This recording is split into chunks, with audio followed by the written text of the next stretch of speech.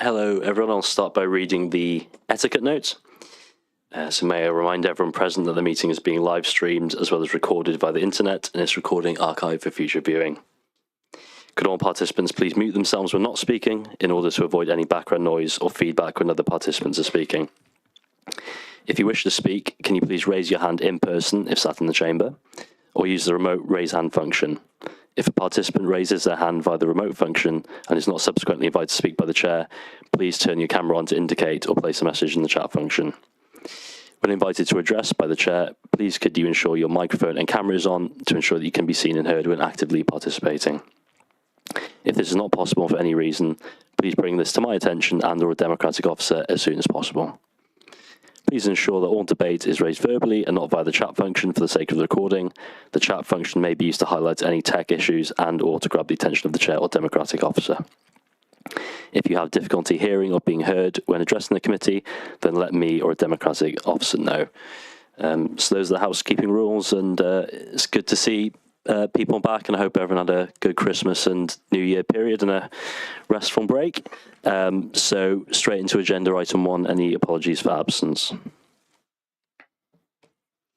Thank you, Chair. No apologies received apart from the co-opted member, Rebecca Mateo. Thank you, Amy. Agenda item 2, minutes of the meeting held on 7th of December 2023. If there are any thoughts or comments on that. Okay, so I propose we move those if I could have a seconder. Yeah, happy to second. Thank you. Agenda item 3, declarations of interest and the nature of such interests. Councillor Goodjohn. Thank you, Chair. I'm declaring a personal interest, non-prejudicial, in item number 7, the youth service, as my son is a member of the youth council and attends youth service events. Thank you. And Reese? Yeah, agenda item 7 and 8 for reasons explained by her. Thank you. Okay, so moving on, there's a little bit of shifting of the agenda tonight, as there's an urgent item, so that'll be taken next, and then items 7, 8 and 9 will be moved forward immediately after that. It's just to give people an idea of where we are. So the urgent item is regarding Pencoitra School and the teacher walkouts. You may have seen this in the news over the past couple of days. So I've made it an urgent item so we can hear from the council and representatives of the union. So I believe Paula Ham is on the call, and Deborah Thomas, who's the executive head teacher. So if either of them are on, if they'd like to kick us off.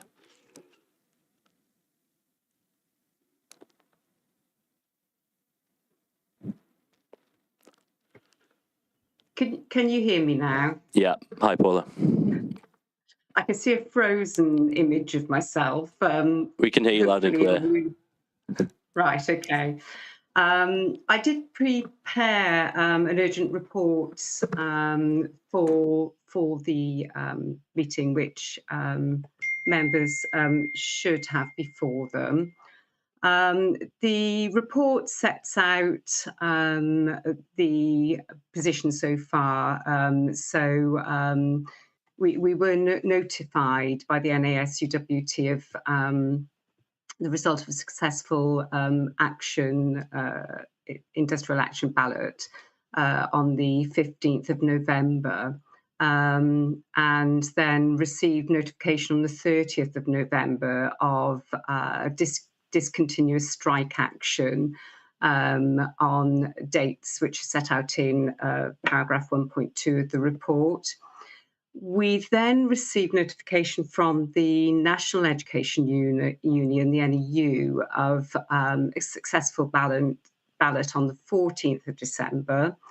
And at that time, we were notified that they were willing to reach a negotiated settlement. So We haven't received any actual further notification of industrial action there. The dispute is in relation to pupil behaviour and safety of staff. This is an issue the members ought to be aware is something that is a national issue, really. That is, we've seen, I suppose, behaviour and those issues escalate in secondary schools in particular following the COVID pandemic. So I'm aware that there is action being taken in a number of secondary schools across Wales. So in December, we received dispute resolution documentation from the NAS UWT. We received a draft of that on the 6th of December, and then the school, myself, met with the NAS UWT on the 12th of December to discuss the dispute resolution actions. We held a further meeting on the 20th of December, and that included the NEU representatives too. The NEU didn't put forward dispute resolution requirements, but they were broadly agreeing with those that have been put forward by the NAS. And then the actions and the sequence and timing of actions was discussed in detail at that meeting. Both the school and the local authority were of the opinion that that meeting was very cordial, and we thought that agreement had been reached on those actions and what we were doing in relation to the actions. The NAS UWT did make it clear, however, that they would need to go back to staff, and staff might well choose to strike. Now, this was just before the school broke up for the Christmas break, so we were not aware of what action would be taken until the school came back on the 8th of January. And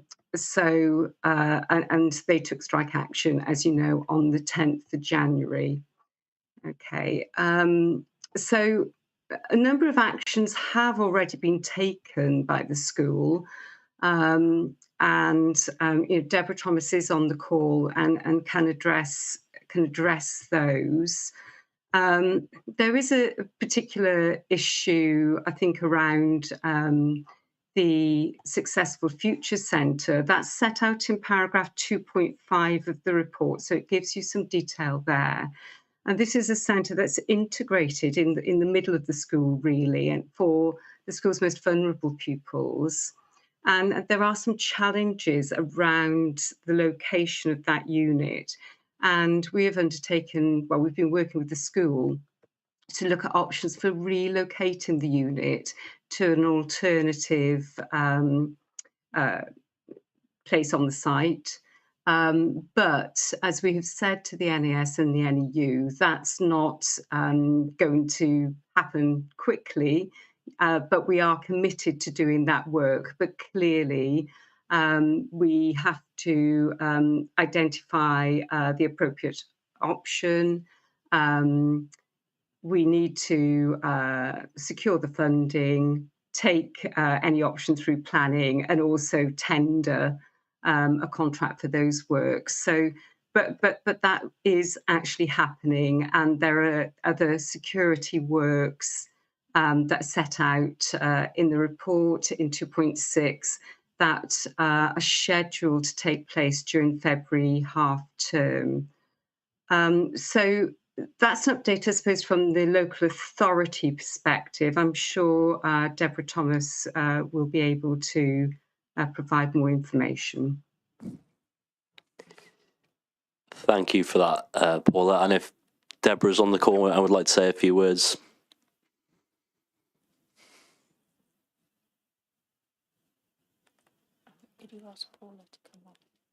Yeah. And if Paula, if you can click off your request to speak, thank you very much. If Deborah Thomas is on the call, if you'd like to say a few words.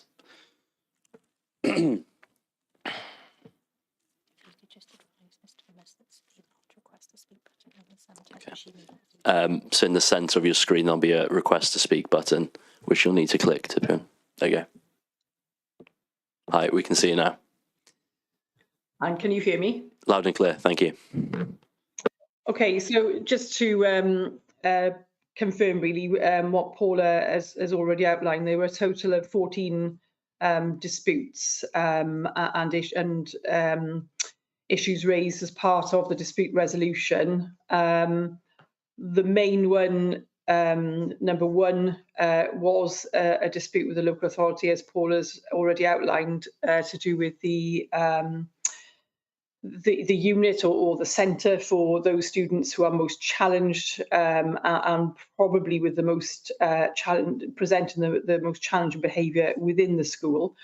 There are a group of other pupils who are truanting in the school, so they come to school but they truant and they gather together alongside some of these more challenging pupils, and that they have created some difficult situations. However, there is a truancy action plan which the head of school, Leanne Pownell, has drawn together. And the other 13 dispute resolutions were all with the school. And there is I suppose, a detailed document which aims to inform staff and the NES of the actions that have been taken. So I think there were concerns around behaviours of pupils and, for example, exclusions not being used appropriately when that is the case, that the school wasn't using exclusions appropriately before. As an example, in the previous academic year, there were a total of 15 exclusions for the whole year. This year, just since September, there have been 136 exclusions for a variety of things, such as verbal abuse against staff and so on. So the exclusions, albeit, aren't the answer, because as we know, students who are excluded, it restricts their life chances, but at the same time, neither can we have staff abused.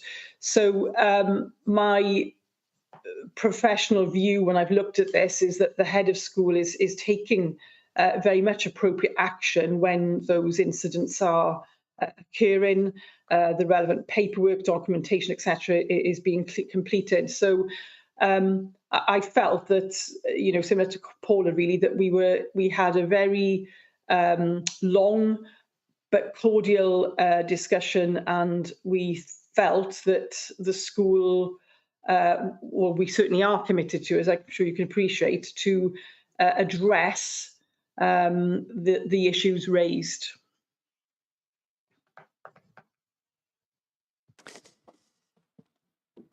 Thank you for that, Deborah. And now, before we have questions from councillors, we've got some representatives of the NASUWT, so Sharon, Mark and Neil, if they'd like to say a few words at this juncture. And Deborah, you can come off screen until questions. So over to Sharon, Mark and Neil.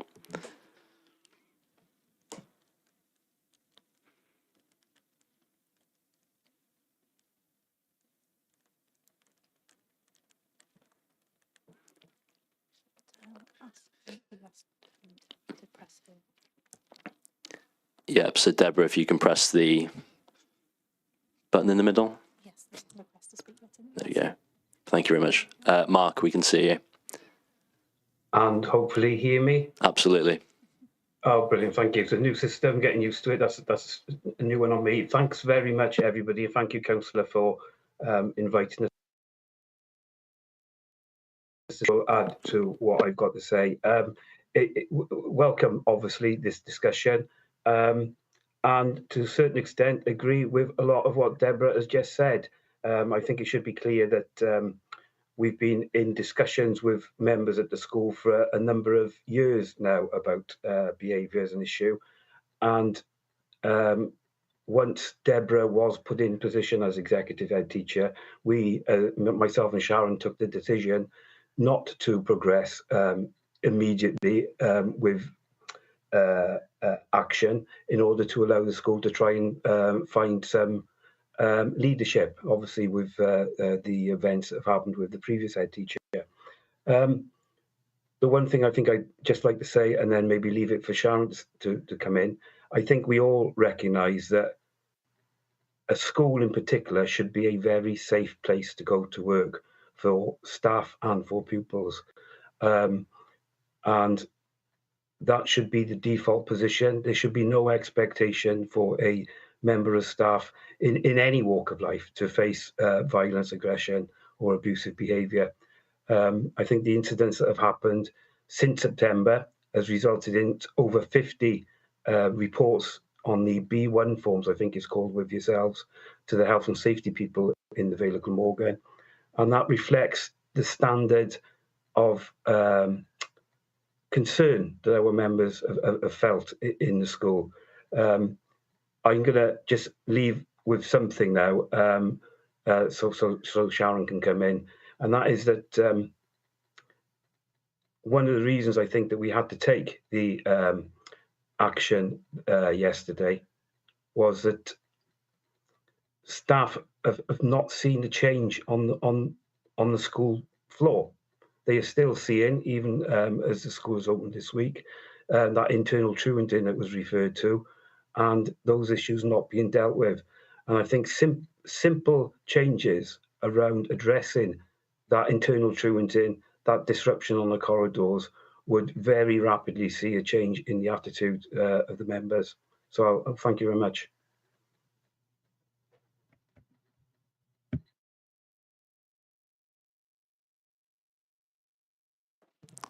Thanks, Mark. I see Sharon's come on. Sharon, over to you. Thank you. Can you hear me? Because I seem to have a red screen which says I can't speak. Yeah, we can hear you loud and clear. Your screen's frozen, I think, but we can hear you just fine. Sorry, Mark and I are both dialing in on separate locations from our head office in Birmingham, which is probably why the signal is poor. Apologies. Yeah, so to echo the sentiments of my colleagues who've spoken previously, thank you very much for inviting us. Thank you for taking time to rearrange your agenda. Yeah, we have been in discussions with the school for some time. Myself and Mark have worked with Deborah Thomas as executive head previously in other schools. I've always had a very positive working relationship. And for that reason, we waited a whole term. And Deborah is absolutely right. Many of the dispute resolutions have been met.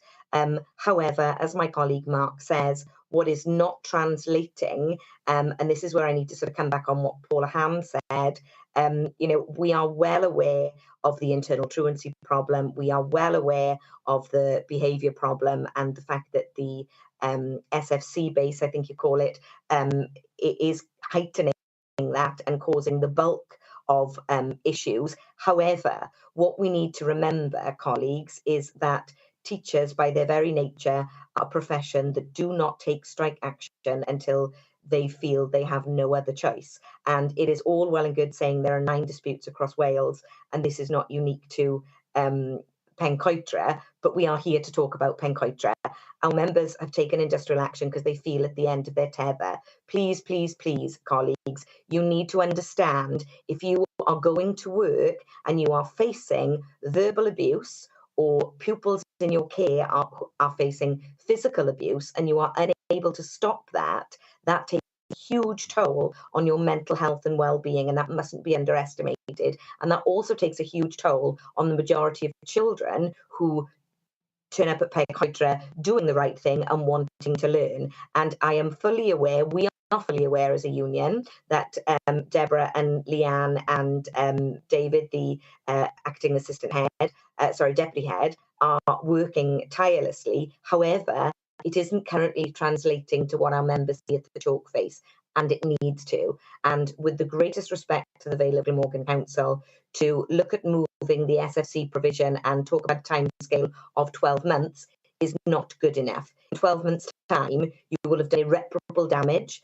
to the young people in your care, and you will have done irreparable damage to our teachers. You know, we already have the biggest recruitment and retention crisis in teaching that we've ever seen. Members are leaving the profession, and we need to good people. So, you know, the Vale of Glamorgan has to find a solution, and that solution needs to be moving that SFC provision to elsewhere on the site and looking at the way that is managed and run. And as Deborah Thomas quite rightly said, solving that internal truancy problem. And it has to translate on the ground for our members to see such change. Otherwise, you will be facing 5 more days of action. I don't think any clearer than that. I know, Councillor, you said that you'd be happy to take questions. Obviously, I'm happy to answer questions from anyone in the virtual or physical room on what I've just said. Thank you. Thank you for that, Sharon. I know Neil Butler's on the call. If you want to say a few words, Neil. Hello, can you hear me? Yeah, we can hear and see you. Great, thank you, because yes, it's a very unusual platform. I've not come across this before. Yes, thank you for inviting us to this meeting. If I could just, in terms of the national perspective, the situation at the moment with the NASUWT is that we do have 9 disputes across Wales, of which 6 are specifically to do with behaviour. It was very rare pre-COVID, that is correct, but I think Sharon is absolutely right. This is an issue specifically about Pencoitra, and even though across the board, not just in Wales, by the way, but across the UK, and I think beyond, there are post-COVID problems with regards to behaviour, where I think there were weaknesses, where there were problems already, that has now boiled over to situations such as we see with regards to Pencoitra.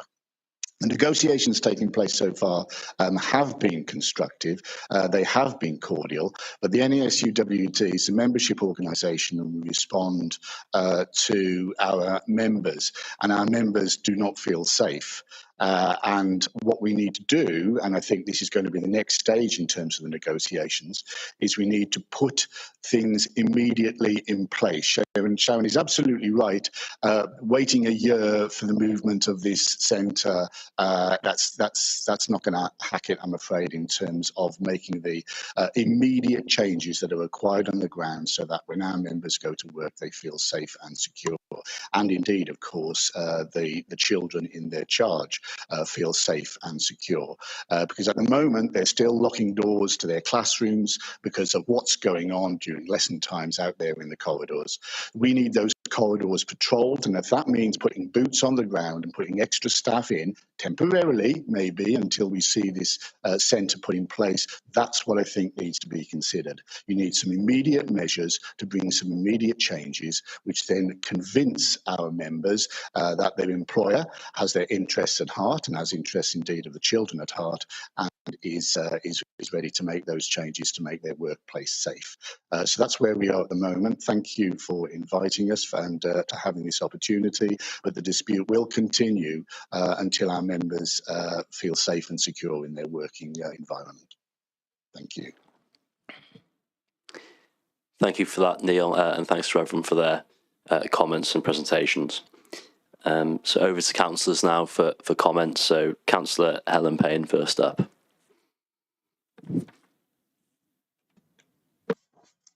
Thank you, Chair.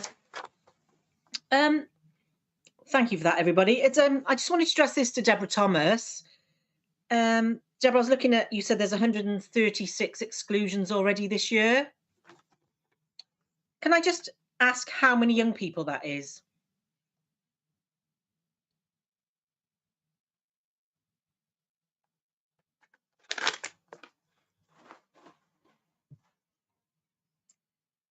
Can you hear me? Yes, Deborah, I can't see you, but I can hear you. Actually, I don't have the numbers of pupils to hand, Okay. only the numbers of exclusions. But again, you know, we could, I could certainly make sure that the school supplies those details. They are submitted to the local authority, but I'm afraid on the top of my head tonight. All right, okay, that's fine. I don't have, sorry. I'm making the assumption that it's not 136 young people. No, No, they won't be. that's It fine, won't what I be thought. 136 young people, but there will be probably repetitions. Yeah. But certainly there are quite a significant number of young people who, for example, have used verbal abuse towards staff, and that those have, for example, resulted in 1 to 2 day exclusions. And there are a significant number of those, but I wouldn't want to say, you know, any more than that without the absolute numbers of those pupils. All right. Okay, thank you for that.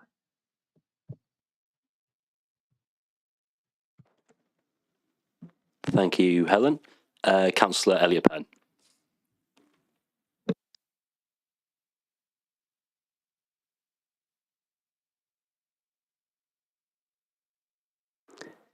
We can't hear you, Elliot. We can see you, but not hear you. Can you hear me now? Yeah, brilliant. Right. Thank you, everyone. I was encouraged that all the dialogues appeared to be constructive and went well, and that all stakeholders were committed to resolving the dispute. It's always good if we can do these things in a cordial manner. It's a shame strike actions happened, but we are where we are. It's been mentioned that the setting up of the community hub would take a year, I think, and that's too long. We can learn lessons from other hubs that have been set up and have proven the record of engaging with disenfranchised pupils and families. The work that Janet Hayward and team at Caddixton Primary have undertaken on their community hubs, I think can really be learned from and used as a model which might speed up the setting up of the community hub practically, maybe not physically as in a building. Those are my comments. Thank you. Thanks, Elliot. I don't know if anyone would like to come back on that.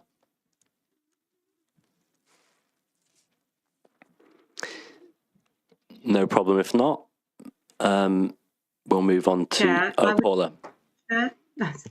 Thank you. I want to respond to this issue of the 12 months, because at no point have we indicated that it's going to take 12 months. So I'm not sure where that's coming from.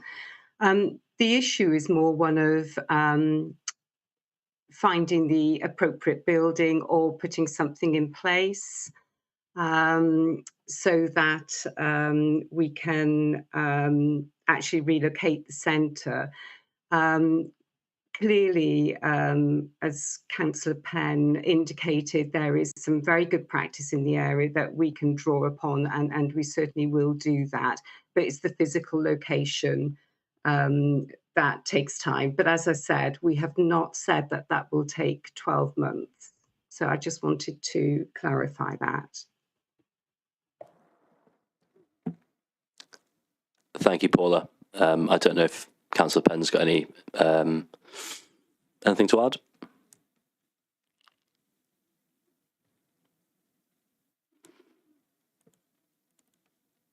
Don't think so. Councillor Godfrey. That's not Councillor Godfrey.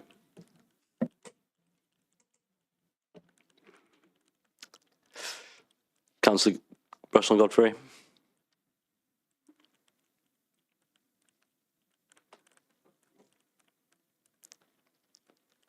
I think the system's a little bit slow tonight. We can go to Councillor Marshalsea then. Hi, many thanks for NASU colleagues coming along. Really appreciate it. A few questions, I guess, for, I'm thinking, Paula, possibly Deborah. Firstly, you know, this school really needs a new head teacher. Can you tell me where we are with the recruitment process? Also, I think one of the union reps discussed feet on the ground. Is that a possibility? You know, when teachers are teaching in class, they cannot also be in corridors. It'd be good to know if there is a possibility of additional staff to support with this. Thank you very much. I can address the first question, Chair.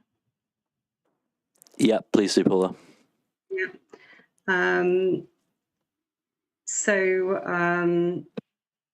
The recruitment of new head teacher, we went through a recruitment process last term, and interviews were held just before the end of term. Unfortunately, we did not appoint to the post. We will shortly go back out to advert for that position again.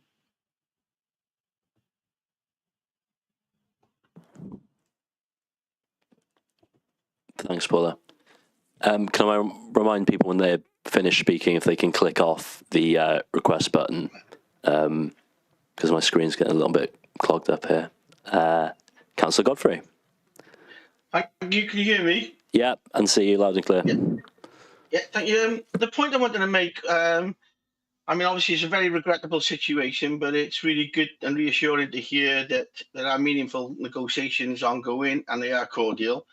But the point I wanted to clarify was it was mentioned about pupils wandering the corridors and obviously causing disruption.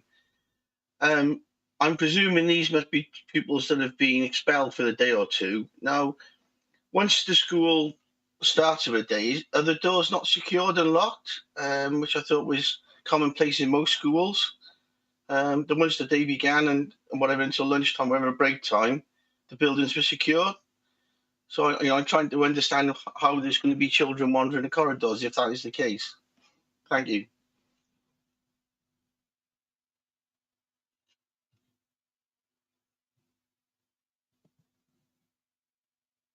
Hello? Hi, shall I answer that question? Please do.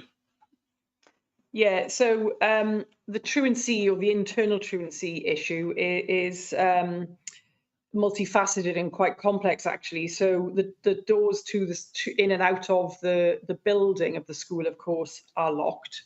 But it isn't common or expected practice for any teachers in any way in the building to lock their classroom doors. Now, what happens is, and this isn't all the time, but it certainly is an issue in Pencoitre, one that Estyn also are aware of, the inspectorate, is that many pupils, clearly they want to be in school because they wouldn't turn up. They would truant externally. They turn up and they have a multitude, quite complex issues.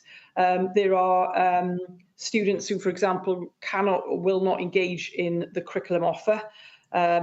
Often, again, they're complicated. They're sometimes because, and the senior staff that are there are working with these students to identify what are those barriers exactly and what is that behaviour telling us.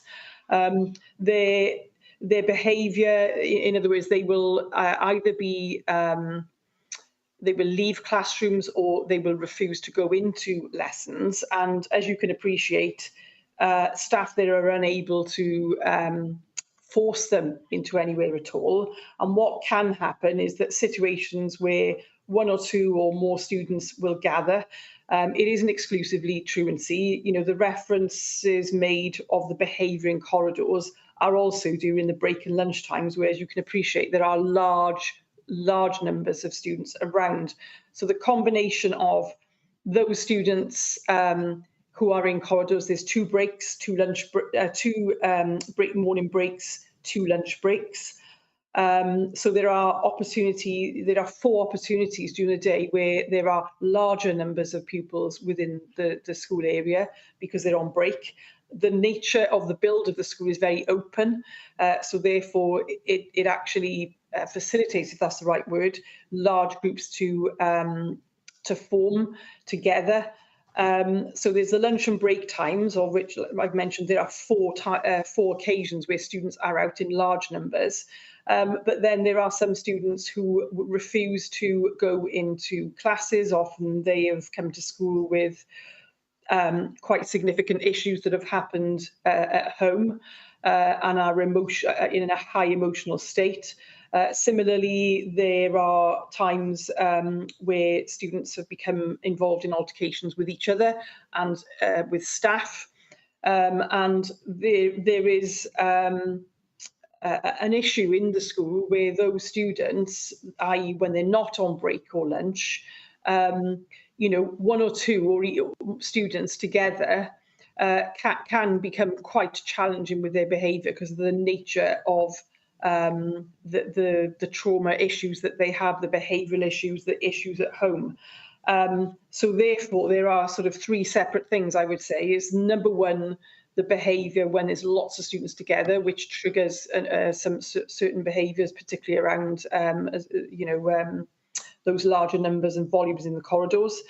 But then there's also those students who are not SFC children. They're in small numbers, but nevertheless, they can be very disruptive. Yes, the school is taking action, but of course, it's a catch-22 situation when the next thing is you say, right, you're excluded because you refuse to follow instructions, and they end up getting excluded, which obviously is very difficult because the problem keeps occurring. I've mentioned there is an action plan that's been put together by the head of school and the acting or the temporary deputy head teacher. There is a commitment to extra staffing to assist with, I guess, breaking these numbers of students apart so that we've suggested and we agreed with the NAS just before Christmas that, you know, we would try and get extra agency staff, for example, straight away so that they can try and de-escalate situations, take students away from each other, because that's the critical thing, is when they're together in groups, they're very difficult to move on and move apart. Of course, as you can appreciate, again, there's been limited time. We've been back. Monday for Pencoitra was a staff closure, a training day. And then there was Tuesday was essentially the first day back for students. And clearly then yesterday was a closure day because of the strike action, and then today.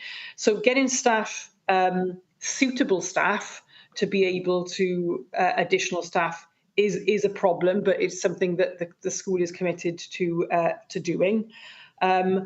You know, since we've been there, we clearly can't operate a money is no object policy, but we have tried to put in things and said safety, provision comes first. Let's look at the budget. The issue, though, is that also getting, because the problem with these students who are very difficult, relationships become key.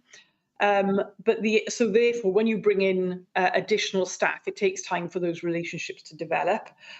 But also, it needs to be remembered that just putting any member staff with them often isn't helpful because they are quite behaviourally and emotionally challenged. And so therefore,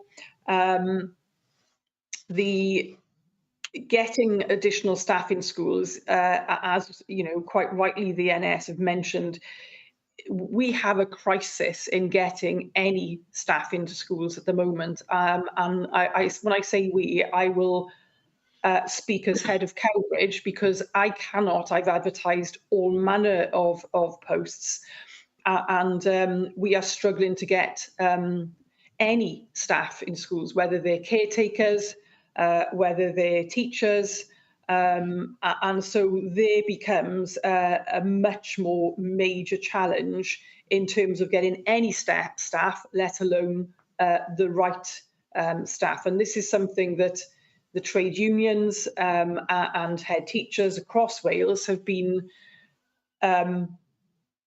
flagging for years now, particularly since the pandemic, but not exclusively.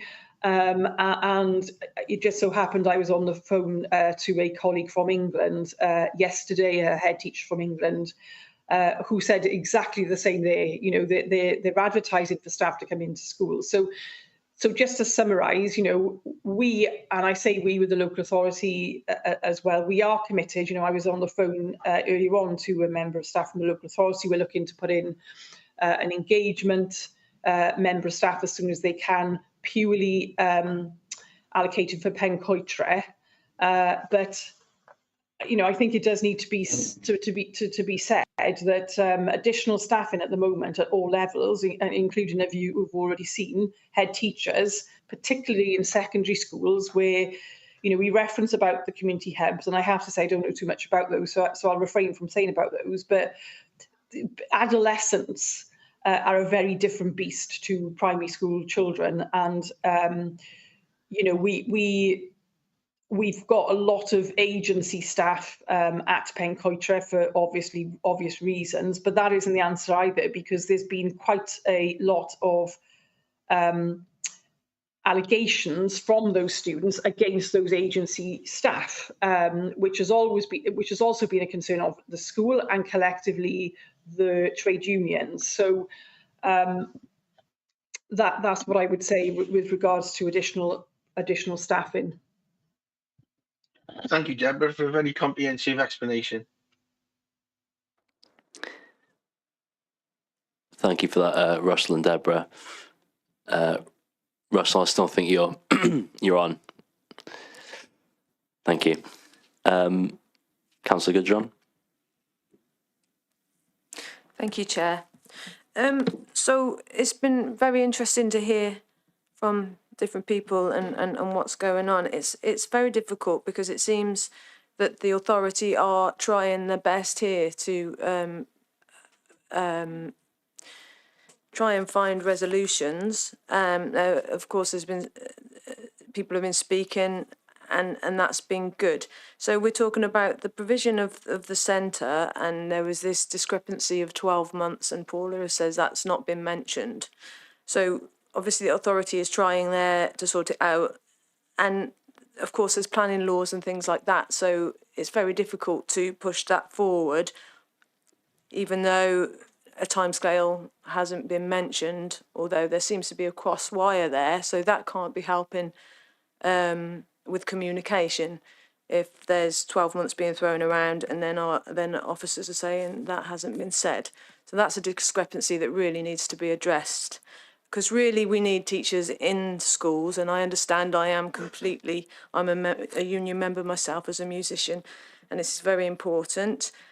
We don't want people to feel unsafe in their work environment, but at the same time you're saying these young people have got problems at home, they're in emotional states, so we need the teachers at school to be supporting these pupils. Otherwise you could only presume that behaviour will get worse. So I also see in the report a behavioural management policy has been revised and training has been given to the teachers. So we've addressed these issues here. And as we know, employment at the moment is very difficult, and children's behaviour is going to be as bad as it's ever been, because we've just been through a major pandemic and we've got a cost of living crisis. So, it's very bleak, and some of the most deprived children in the area living there. And so we can completely understand in a way that they're going to be challenging. So what we're really looking at here then is, it seems like in the short term, like I've seen in the report, there are plans, long, medium and short term plans. So we're trying our best there to address that. We need to find this resolution. So we're looking at more staff, and this seems to be the problem in recruiting. Would it be possible to bring youth workers into the schools to try and help alleviate the problem? If you're looking at caretakers and teachers and support staff, maybe we should be looking more around the youth worker line, a different approach to recruitment. So, we obviously, it seems to me that the authority are trying the best to find resolutions. So, so I think this timescale on the unit needs to be looked at and spoken about, and maybe we should look at a different way and different staff that we're going to be recruiting to try and support the teachers. That seems to be the major issue with children hanging around in corridors and causing mischief there. Well, more than mischief, but thank you. Thanks. Who'd like to address the points Emma made?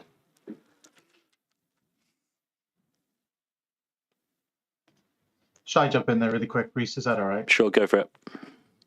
Thanks. So, yeah, Councillor Goodjob makes some good points, and in the report we've put in just some detail around, specifically around the SFC in the short, medium, and long term. So obviously something needs to happen quickly, and the school identified this with us a number of months ago. So we've had officers on site way back in October looking at what some of the options might be as mitigations in the school. So we have plans now to, it's about a £25,000 capital program for the SFC that's due to be undertaken in February, so this coming February half term, which is essentially to create a lobby and secured access around the SFC, so to prevent some of the egress of pupils able to wander the building.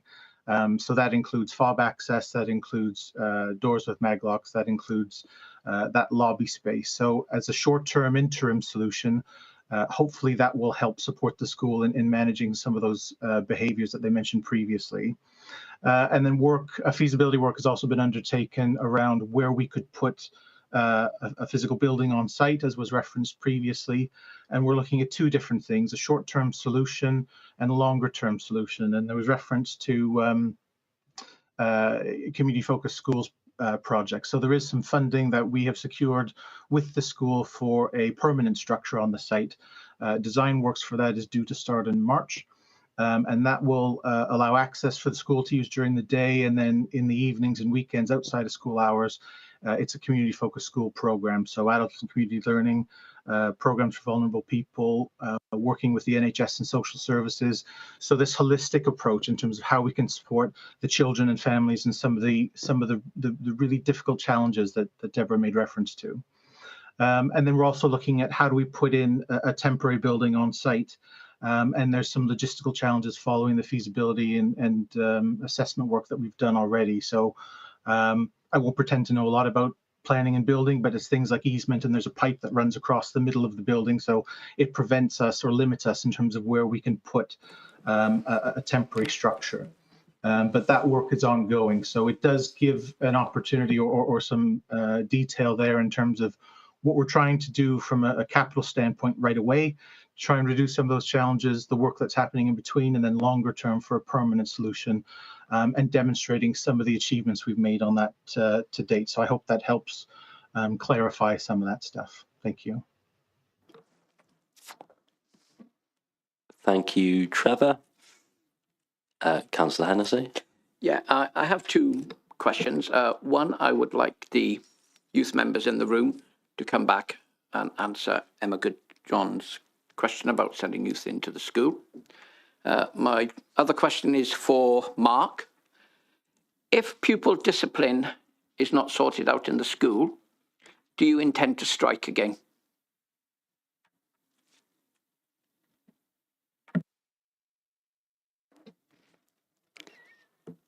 Mark, you can take that one on.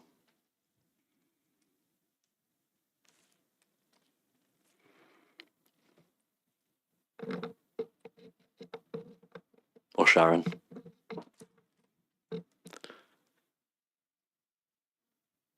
We can see you, Sharon, but not hear you. Sorry. In answer to your question, Councillor, yes, if discipline is not sorted out within the school, we intend to strike again. We've given notice of 5 further days of strike action, and the school will have all 5 days of strike if this is not sorted out. It's as simple as that. You know, it is a fundamental right to be able to go about your business without fear of verbal or physical assault. We would not accept those behaviours in society, and we will not accept them in schools. To accept them, we do our young people a disservice, and that is not fair. So in answer to your question, yes, absolutely we do.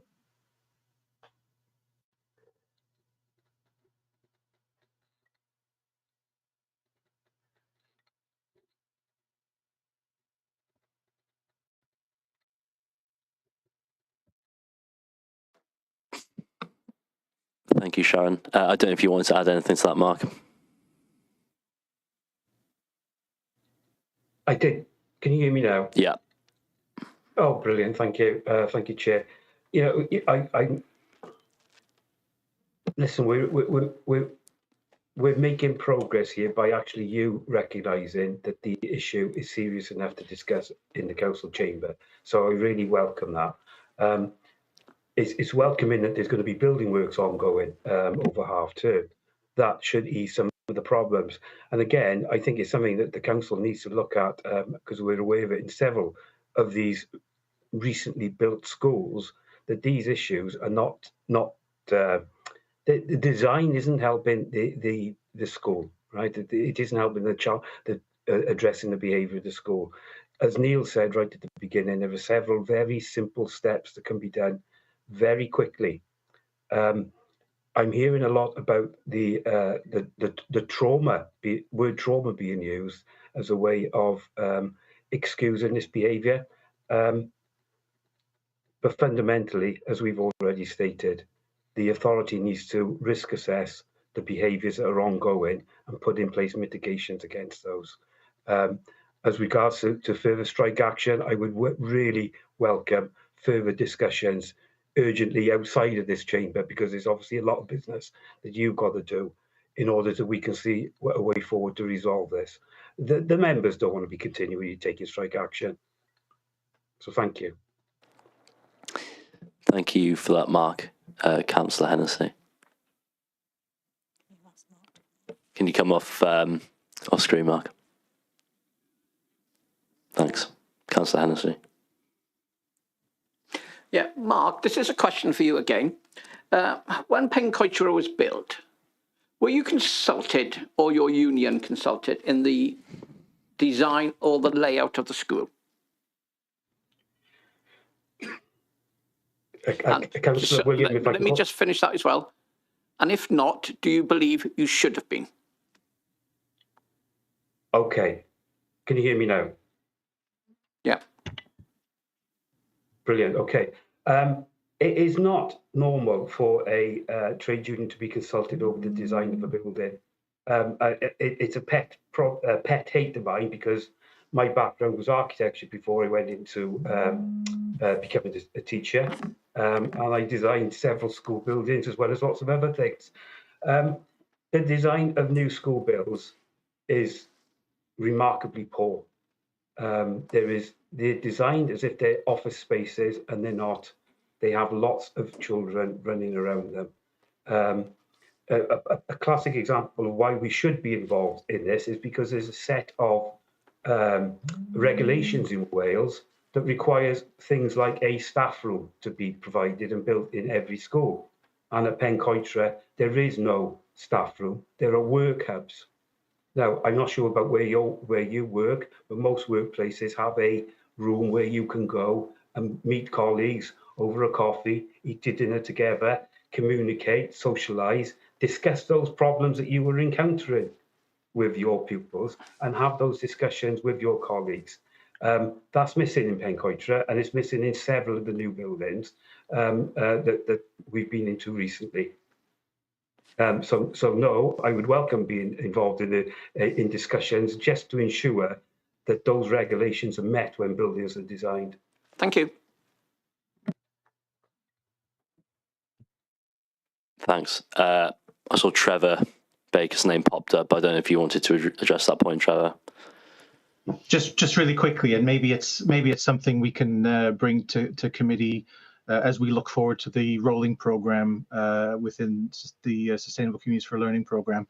What I would say, there are a number of regulations, building bulletin regulations and stuff that are used to inform the design of schools, and it isn't done in isolation. It's done in conjunction with the schools and with governors. We do post-occupancy surveys with all of our buildings, 1, 3, and 5 years, and there are lessons to be learned, absolutely, and you know, we take that on board. We also need to look at the changes in demand in terms of how we use some of these spaces. You've heard us speak previously around things like ventilation, for example, in schools. That's changing how design is moving going forward. So there's all of these different things that we need to take into account. But, you know, I take Mark's point, and certainly those surveys that we do, the post-occupancy ones, are designed to facilitate that learning, and that's something we're going to actively pursue. Thank you, Trevor. I think Theo wanted to come in. I had a question for Councillor Goodjohn. You suggested adding youth workers to the schools. Where would you implement them?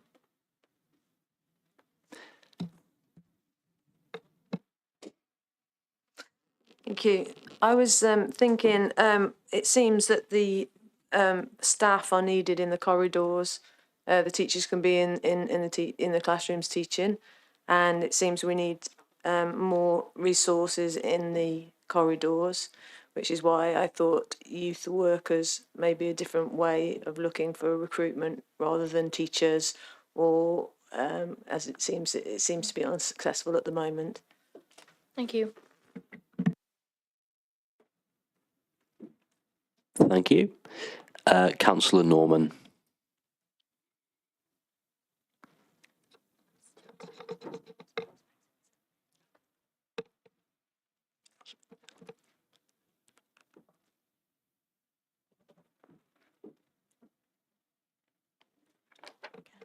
Councillor Norman.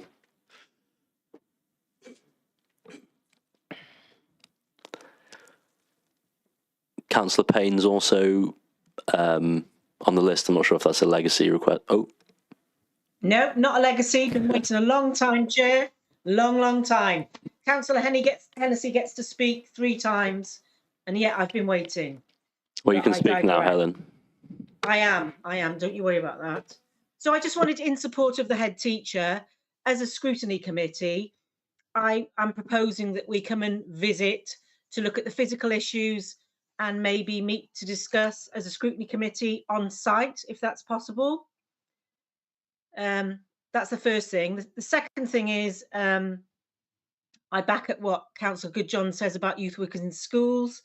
As some of you will know, and I've already mentioned a few times when discussing behaviour in schools, that I managed a national programme called the Youth Work in Schools programme, which looked at attitude, attendance and achievement within schools, improved, had a really good Estin report, improved attendance by 11% in schools.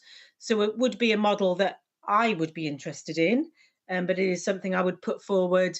There is a toolkit for that programme as well, just as a point of interest, really.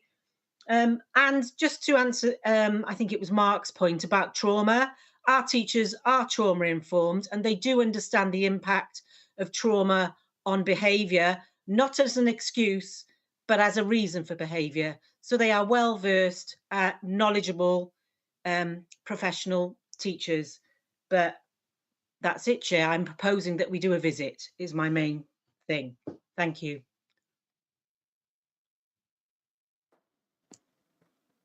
Thank you, Ellen. We'll come back to that after everyone's spoken. Councillor Norman. Thank you. Can you hear me, Chair? Yeah, we can't see you, but we can hear you loud and clear. Right. Sorry about that. My microphone wasn't on properly. Just a quick question for Deborah Thomas, if I may. I know the number of pupils included in the exclusions. You've got the total number of exclusions, but not number of pupils.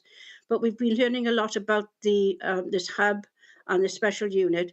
Can you tell me, please, how many pupils are involved in this special unit, or is it a flexible thing, or is it just a group of people that are kept together, or does it vary from time to time in the day? Yes. So first of all, if I could just say, in relation to the last proposal, we, and I speak on behalf of, I think, everybody, in the school and including the trade unions here, is we welcome any visit and any additional support in any way. So I'm really thankful to you for showing support and to visit the school. To come to Councillor Jane Norman's question, it is the Successful Futures Centre albeit it's not a centre, it is in the body of the school. And just again, to echo everything that's been said about the building, it is very painful for me to say and for people to hear, but the design of the building is quite a significant issue, particularly in relation to the context of many of the students attending Pencoitre. And I know that's no easy thing for anyone to hear after the event and after so much money has been spent. And that's something, again, that we had raised. I wasn't involved, as you can appreciate. I'm here for to support in the meantime until a substantive and permanent head can be appointed. We'd raised this. But to come back to your specific question about these students, they are taught separate to the mainstream, albeit within the heart of the school. So they're very much part of the corridors and so on and so forth, albeit they are very well managed by the staff who deal with them within the sort of separate areas, if you like, the smaller rooms within the school. It is when they come together and come across other students who have all manner of social and emotional issues is when things can start to become quite difficult and challenging. There are 24 students total who spend some or most of their time within that provision. And these students, it was something, again, that's been set up by the school for some time. These students are, they have highly complex needs, but they are, I want to reiterate that the senior staff who are there obviously every day, and I'm not, feel that those students, the 24 students, are managed well when they are within the provision and with the staff they have. It's when they then either decide that they are going to, there's been an incident, but when they certainly come across the other mainstream students and the other mainstream students who are also, if you like, the ones who are have the most behaviour challenges, then it's the combination of all those things together in a very open design school that then increases the situations that the staff have raised and are already outlined by the trade unions. Thank you very much. Thanks, Councillor Norman. Sharon Daly.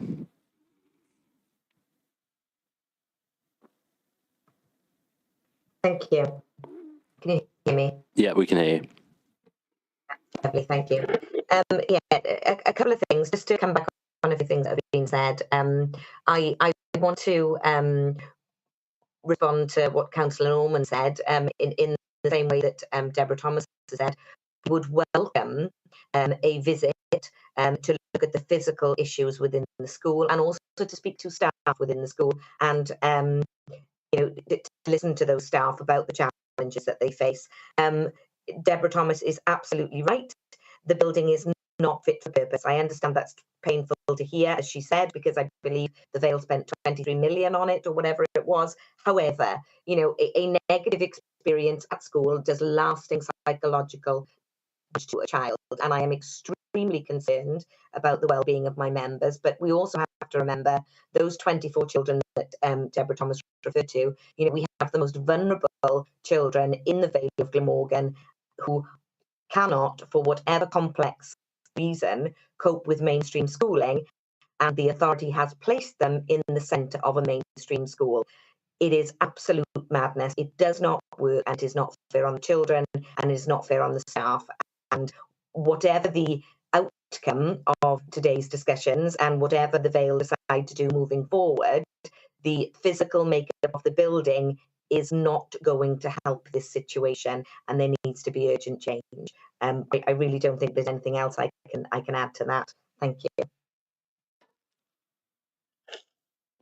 Thank you, Sharon. Neil Butler.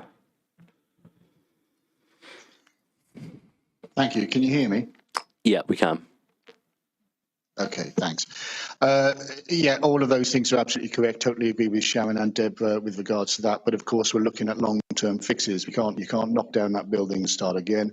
And the removal, we know the removal of the Successful Future Centre is going to take time, whether it be a year or less than a year. It's still going to take time. And our problem is that we need to be able to convince our members that they're safe now.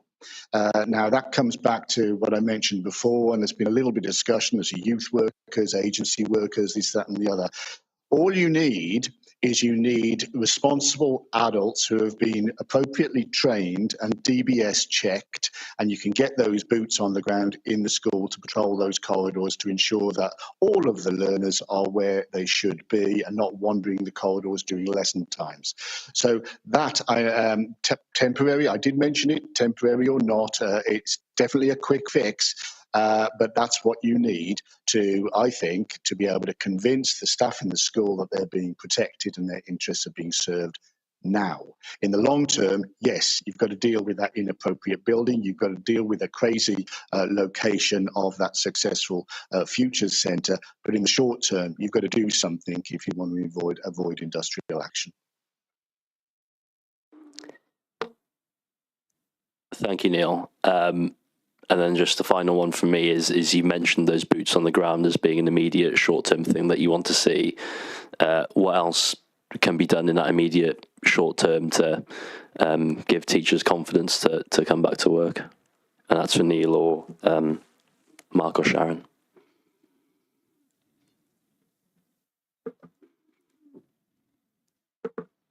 I don't know whether my colleagues want to respond to that.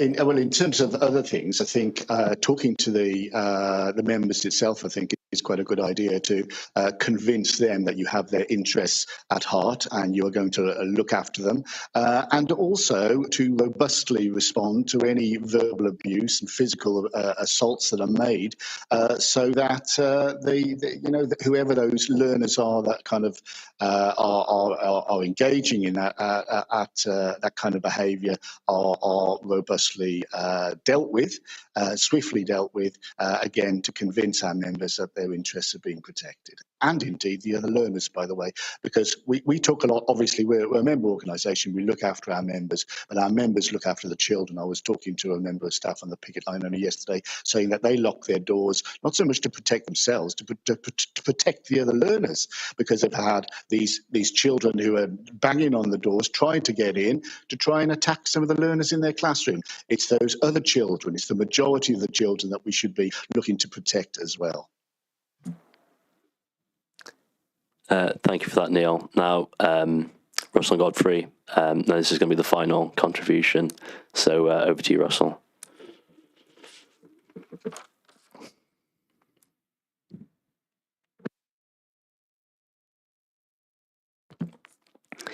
You're on mute, Councillor.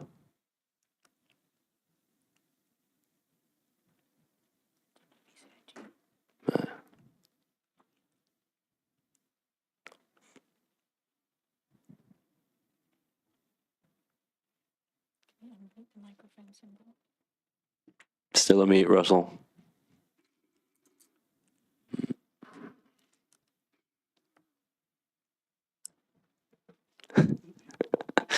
Okay. I'm sure it's going to be a good question. Oh. Okay. So for us, Russell can't get his mic working. We'll bring a close. I think Helen's suggestion of visit's a good idea, and Deborah, Thomas seemed open to that. So I'll be in touch about arranging a visit, and we can discuss these issues further. But I just wanted to thank everyone who's contributed to this agenda item. To Deborah, Sharon, Mark, Neil, and Paula, and the others. I know it was a long agenda item, but I think it was important everyone had their say, and we had a discussion about this very important issue. So I move that we note the report and thank the contributors. If I could have a seconder for that. Councillor Goodjohn, thank you very much. Just to clarify that you were doing a second recommendation for a visit, Yeah. visit to be arranged. Is that seconded? Yeah. Well? Yeah. Brilliant. Thanks, everyone. Now we've also had to rearrange the other agenda items, so thank you for waiting patiently. So we're on to number 7 now. Agenda item 7, Youth Service Update 22-23. So it's over to Martin. Hopefully people can hear me, Chair. I can hear myself. So I just want to, before I get into the kind of main body of the report, just respond really to the issue, and it has relevance to the report anyway, to the issue of the youth service enhancing the kind of support offer really to Pencoitra in line with the last agenda item. It's just to reassure members of the Scrutiny Committee that additional resources already been allocated to the school. There's been a myriad of different approaches in terms of the implementation, be it specialist sports approaches, mentoring, approaches linked into to kind of better understanding the needs of the young people. But I think, without wanting to labour the point, because obviously it was a lengthy agenda item, sometimes these engagements do take time.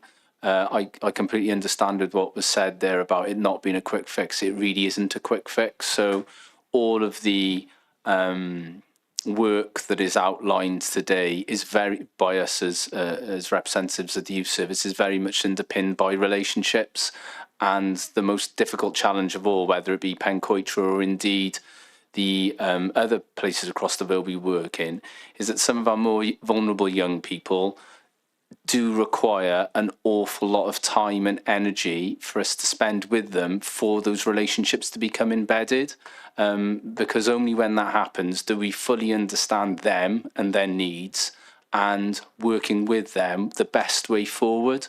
So I did want to say that because I do think it's important, particularly with Pencoitra, given the set of circumstances that are presenting there, but I think more widely as well.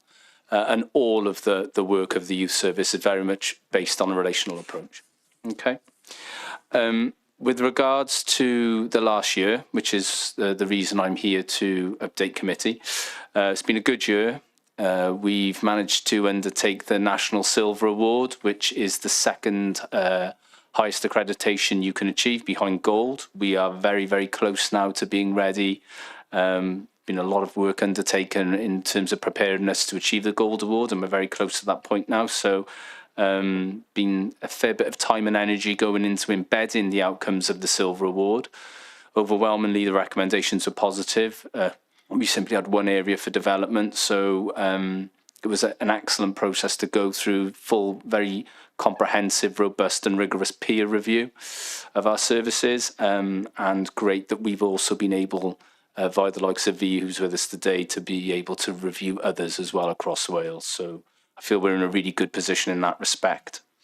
Post-COVID, it's challenging. I think it's challenging for everybody. I think our young people obviously had their lives, their education, their experiences severely disrupted by the period of the pandemic. And I think it will take a good deal of time for us to fully understand and respond to the outcome of that.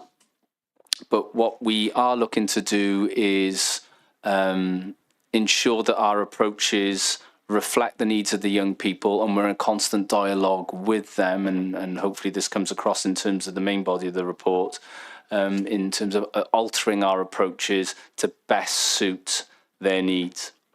One big change for us has been the conclusion of the European Social Fund. For obvious reasons, we've discussed this before, and that funding stream has now come to an end. So our I2A and I2W projects were really, really successful in addressing the needs of the young people who are prone to being not in education, employment and training. And Peter will talk more in depth about this in his agenda item.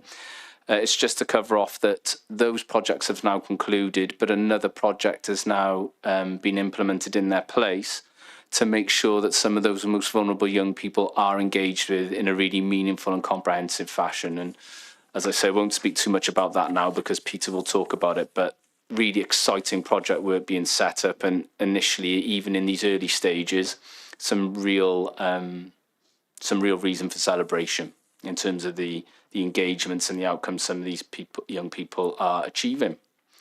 The recommendations are clear that we would come back probably towards the end of the year to update further on some of the developments around the service and to talk through potential risks, particularly with regards to grant funding, because a lot of the service delivery now is underpinned by grant funding, which obviously over time can be uncertain and unstable. The youth service covers a lot of different work streams. I've talked a little bit about NEETs, but there's prevention of homelessness, enhancement of well-being. We work in the post-16 realm as well, trying to ensure young people are on positive pathways with regards to tertiary education. And we try to make sure that we're reflecting the needs of the young people, whether it be projects like Her Voice Wales, which have been really positive, ensuring female young people have their voices heard, to specific projects around ensuring those young people with disabilities have a voice. And I think our biggest focus really is reaching into the communities of young people who probably struggle more with ensuring they've got a platform to have their voices heard. So there's been an awful lot of work undertaken to try and target young people from more vulnerable backgrounds. We positively have had a 7.5% increase last year in terms of our general engagement. Obviously, the previous year was COVID impacted, and we're hoping as we move away now from those years of the pandemic, our percentage increase in terms of our engagement levels will only increase. Accreditation has been a challenge for us. Particularly because the ESF-funded projects have closed. So we are now, again, going back to what I said previously, looking at ways we can review our offer and consider other ways we can ensure our young people are accredited. So although we've had a decrease on previous years due to the ESF closures, we're optimistic we can ensure there's a bit of a bounce back in terms of accreditation. It's a real focus for us now as we look forward. And there are some interesting accreditation pathways that we can pursue to ensure our young people have their involvements accredited if that is appropriate for them. We've had a huge success rate of staff being qualified in terms of the Joint Negotiating Committee qualifications. And all of our staff undertake relevant safeguarding training, first aid, these sorts of things to make sure they're well placed to support our young people. Universal service goes from strength to strength, and there's been 470 open access sessions this year, which is a great amount. And we've got a new curriculum plan in place after we've consulted with our young people to try and ensure that a curriculum on offer from the youth services is appropriate for them. Lots of holiday work's gone on because the holidays have been identified as our young people as a particular time of, I don't know, what's the best word, boredom maybe, or they're long, aren't they, the holidays? So put together a comprehensive summer of fun programme, and there'll be youth fests, different activities available for our young people, even though it was one of the wettest summers ever, and some of our young people made it very clear that the weather was not good for them or their well-being, but it wasn't for anybody else's, I don't think. But even though it was a soggy summer, we did try to put on as much as we could to ensure positive engagement. Lots of different groups going on, as I mentioned. There's the Gloves in the Gym project, remains really popular. This is a kind of boxing-based activity whereby young people access boxercise and these types of activities, and the emphasis is on, putting down any sort of weaponry that young people maybe sometimes feel that they are forced to carry for their own protection, and to come in and engage with a sports-based approach that's far more positive. I mentioned Her Voice Wales earlier, and there's the obvious work of the Youth Council as well, which is new, which is really, really positive. And I know there's some representation in the room today of young people who are affiliated with some of these really positive groups that we have. There's Rights Ambassadors as well, which is an excellent group. And what we're looking to do is champion as many ways possible for our young people to feel that they've got a platform where they feel safe and secure to be able to articulate their views and ensure that their voice is heard. And the Girls Take Over Day is a great example to mark into the International Day of the Girl that we were able to host. And one of our young people, very proud took on the role of the first Minister for Wales for a day. So I thought that was a really positive thing for the Vale. Great representation in that respect. Rights Ambassadors project is again really strong, and 6 new Rights Ambassadors have completed the Agora Cymru accreditation for a course in children's rights. We've also got the School Council Network, which myself and Councillor Birch attend, again with colleagues within the room. It's a great platform for the young people to be able to articulate their views. There's been engagement. I know the transgender toolkit, as an example, is one of the items whereby the young people have been consulted with and been able to position their views on. Lots of other really strong work within the report is outlined in terms of work around personal relationships, sexual health, homelessness prevention. We work closely with the likes of Flamai to ensure the needs of young people are met really appropriately.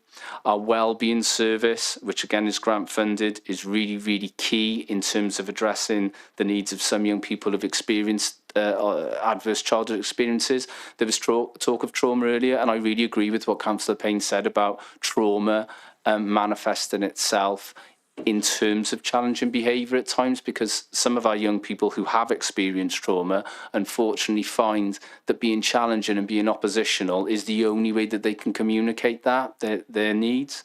And I think there needs to be a real understanding of that, and our wellbeing service is key really in ensuring that some of those young people who've experienced some of these really difficult experiences in early childhood have got the benefit of being able to forge positive relationships and unpick some of that and come to terms with it. I think that's really, really important. Just finally to say, our SERIN programme is working really well. We had a fantastic experience day with Oxford University. For some of our young people who are maybe thinking about going down that line, there was an opportunity to explore relationships with that institution, and also there was a Vets Day as well, where some of our learners had the opportunity to consider that as a potential career pathway. Just finally to say that the Strive project is looking at a range of accreditations, BTEC Suite, Duke of Edinburgh, and Pete will talk a lot about that, but all these types of pathways are really key, I think, in ensuring that our young people have a breadth of opportunities that they can involve with and engage themselves with, and hopefully get some really positive outcomes from. Finally, it is a risk to us that many of the work streams that I've outlined and many of the positive work is underpinned by grant funding. Sadly, it appears to be the case across Wales. This isn't a situation that's unique to the Vale, but what we're looking to do is ensure we maximise our opportunities to utilise grant and where appropriate, ensure there are exit strategies to try and mitigate against the risk of grant funding ending. Thankfully, our access to grant funding has been very positive in recent years, because I think where we've put bids in, there's been an understanding of how effective the work streams have been. I think it's just to make Scrutiny Committee aware that any work that's underpinned by grant comes with a natural risk that the grants may conclude. I welcome any questions, and obviously Via's here as well to field questions, Chair.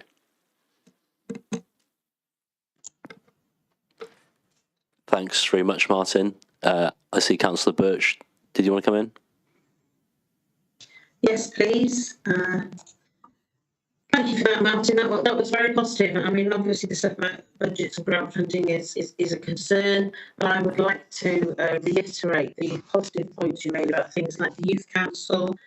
You and I have both been there, and it's really encouraging to see young people taking a real interest, a real informed interest in world matters, because obviously they are going to be voting in a few years. They are going to be the politicians of tomorrow, etc.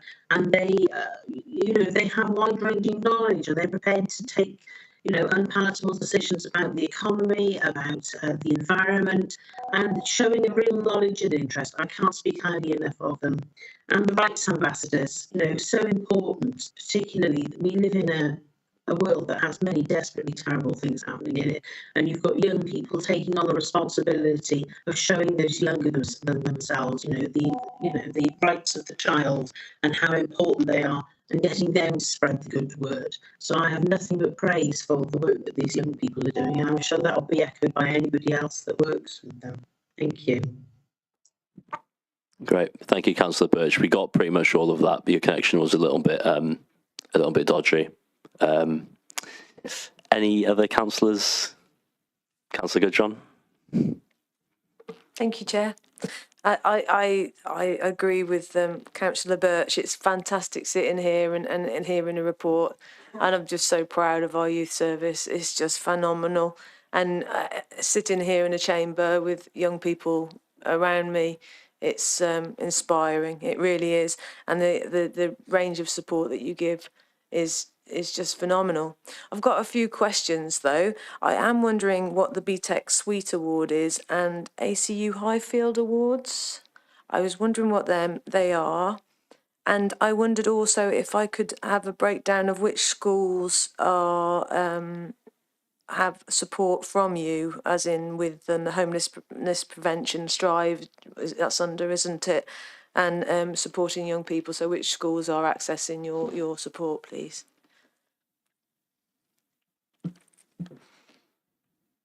Oh, sorry. Thank you. For the BTEC Suite qualifications, it's a level 1 or level 2 qualification. We can do different stages of those, whether it's an award up to a certificate or an extended certificate, which is equivalent to 2 A-star to C GCSEs. Within that, it covers a personal growth and development program. So it covers things around healthy lifestyles, relationship building, a small element around sort of sexual health, and other sort of issue-based topics, but from an education perspective. It also covers certain elements of work around citizenship as well. So it does cover a few different topics within that. Within this work we do on Strive, we aim to do action plans with individuals, as well as distance travel tools. As part of those processes, we aim to try and make sure that the topics we cover within the suite, which is a flexible qualification, so we can choose the units we cover, are based on the needs of those individuals we work with. In terms of the number of schools we work with in Strive, so I'll come on to it within the NEETS update as well, but Strive is an amalgamation of our NEETS prevention and our homelessness prevention programmes. We do cover all the schools in the Vale of Glamorgan, so all 8 secondary schools are supported in different levels. Referrals do come in from schools directly, but also from self-referrals from parents and young people, and also other professionals outside the service as well.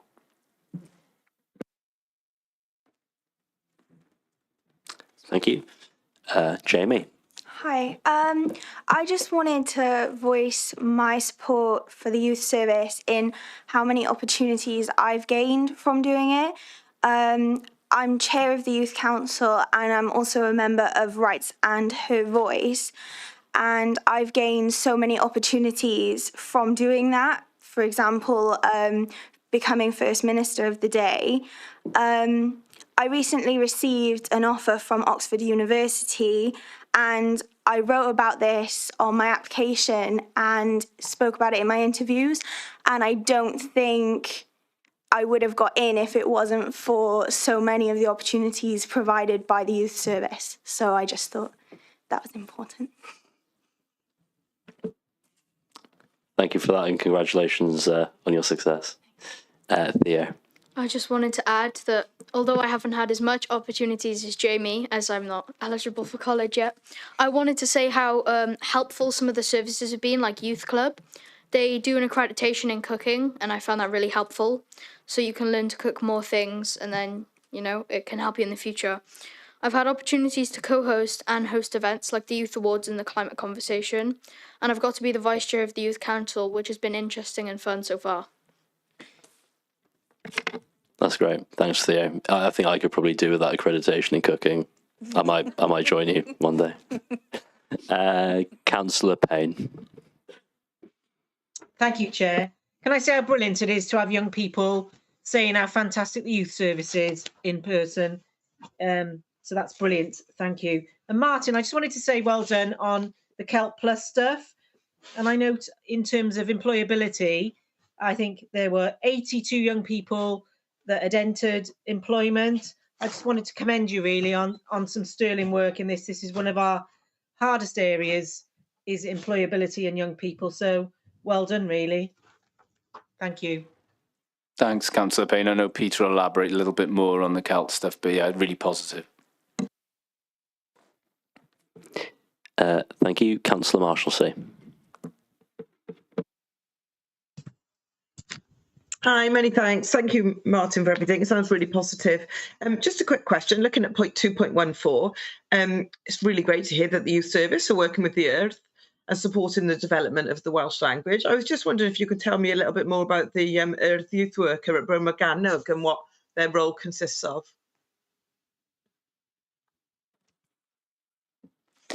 Yeah, so through the Youth Support Grant, we've been able to actually extend our support of the Welsh language youth clubs.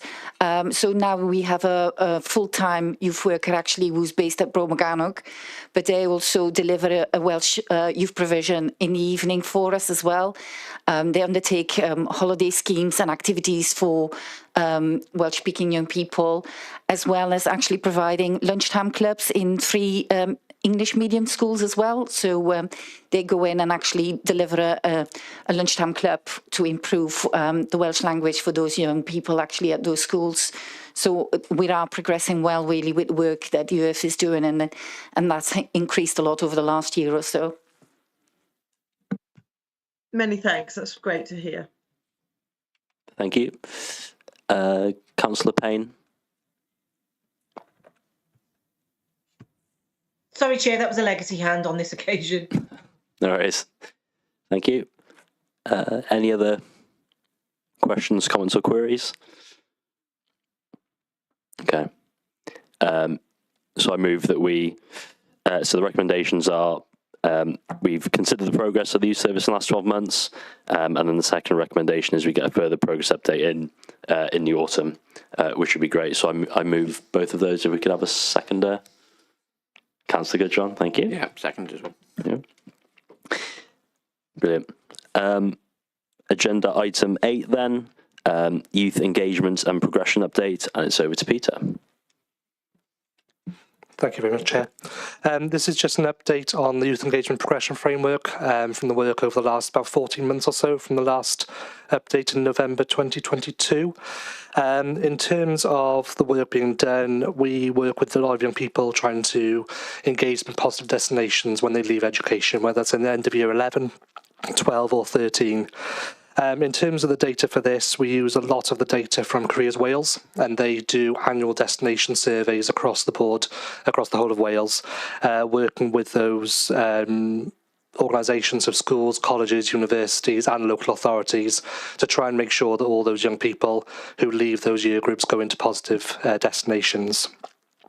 In terms of the Vales figures, you can see in the summary that the year 12 figure decreased. Based on those figures from last year. However, the year 11 and 13 figures did rise slightly for the same period for 0.5% and 0.25%. As you can see, though, this was sort of fairly comparative to the Welsh average, and there was a general average increase across Wales for the same period. In terms of the year 13 figure, we are below that increase, whereas the year 11, we are matching that increase. For the Vale, we have a current percentage of 1.5%, which is below the Welsh average of 2.1%. And year 12, then, we are down to 0.2% for that period, and year 13, it was 2.25%. In terms of those areas, we are trying to work, again, ongoing to try and make sure those numbers do continue to decrease. However, it was noticed by Careers Wales that this was the first year that full examinations were taken after the pandemic. So it did impact some of the work that was done beyond that. But also there was some sort of legacy issues through the pandemic where a lot of young people wouldn't want to go into additional education and training if there was a requirement for that to be done online. So we did find that as some of our issues that were ongoing across the board on that. As Martin did discuss, the ESF funding that was part of the work around the NEETs agenda did come to an end in December 2022. As a result, Strive did start in January 2023, alongside that with the Shared Prosperity Fund taking on the main bulk of that funding stream. I2W, which was the post-16 support for employability, has now changed to not be within the youth service as much. We have one member of staff responsible for destination tracking, which is looking at those individuals who are not identified in any of the models and they're sort of unknown to the service or to the local authority or to Careers Wales. And their role is to sort of try and chase those up, do door knocking, try any kind of contact possible to try and engage with them and then identify barriers to be able to refer them onto appropriate services where possible. In terms of the main employability support for 16 to 24s, that now comes under the Communities for Work Plus team, which sits within the Directorate. And within that, they're able to access funding relating to the Young Person's Guarantee. And that's where some of that funding, and again linking to CEL Plus, comes into that. In terms of the percentages and the ranking within Wales, we for the year 11s we were 5th ranked in Wales, which again is a good position to be in for us. Year 12 we were ranked 1st in Wales, and then for year 13 we were ranked 9th in Wales. So again with a slightly higher one. Year 13 has always been the more difficult one to track, mainly because they don't necessarily go into further education or higher education at that point. They go into employment, and trying to get the data off people and trying to chase those things up is a lot more difficult to do for the year 13 cohort. In terms of the SPF funding, like I said, it did start in January, and we've been working towards that now for just over a year. The work done on that bases around working with young people on life skills engagement, as well as some basic skills work on that. And in terms of outcomes for it, we work towards working towards qualifications, starting them and achieving, but also then looking to progress and sort of engage in further life skills work beyond our intervention as well. So those things have started, and we've been able to set those up very well. And as part of it, we've been able to amalgamate the homelessness prevention team, the needs prevention team, and also another team that was also part of the work that was done around that previously. So there's a lot of experience and support that goes into working with those young people in a very preventative manner. And the aim of the work is to prevent this work prevent the young people disengaging at a later stage. So the work that received so far has been very good this year. In terms of the update from Communities for Work Plus, who oversee the 16 to 24 bracket, they've been able to access, as I said, various funding streams, and that has allowed them to be able to work with the YGS team, which was previously Youth Funding Service, and they've been able to work with a lot of other services to make sure that support's in place for those vulnerable individuals within our community.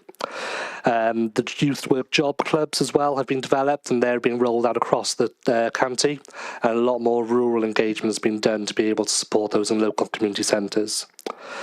Within the council itself, there's been a Quick Start programme, which is an extension of the DWP's Kickstart programmes a few years back.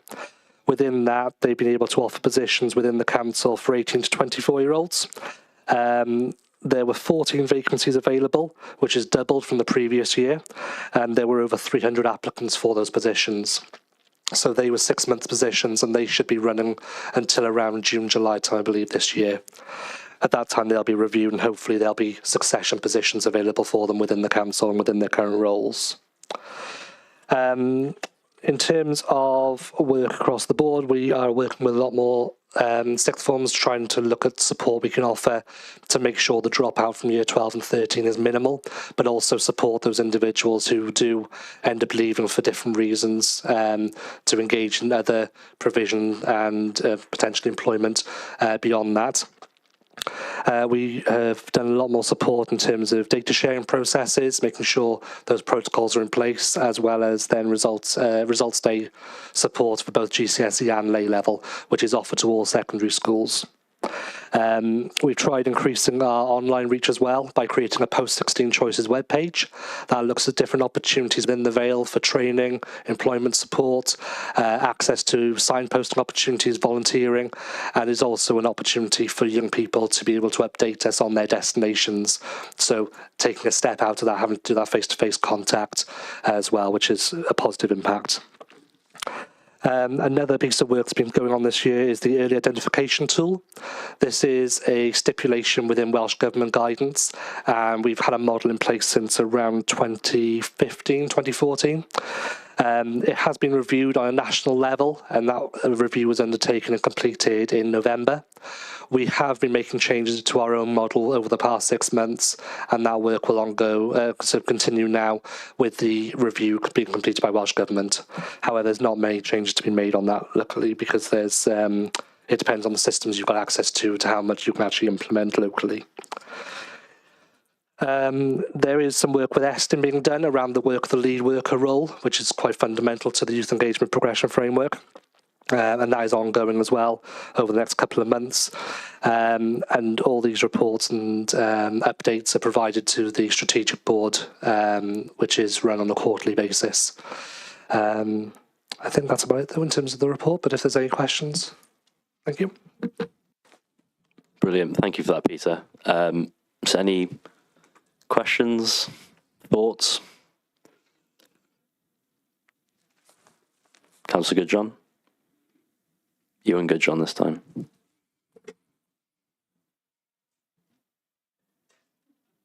Oh, the microphone's not working.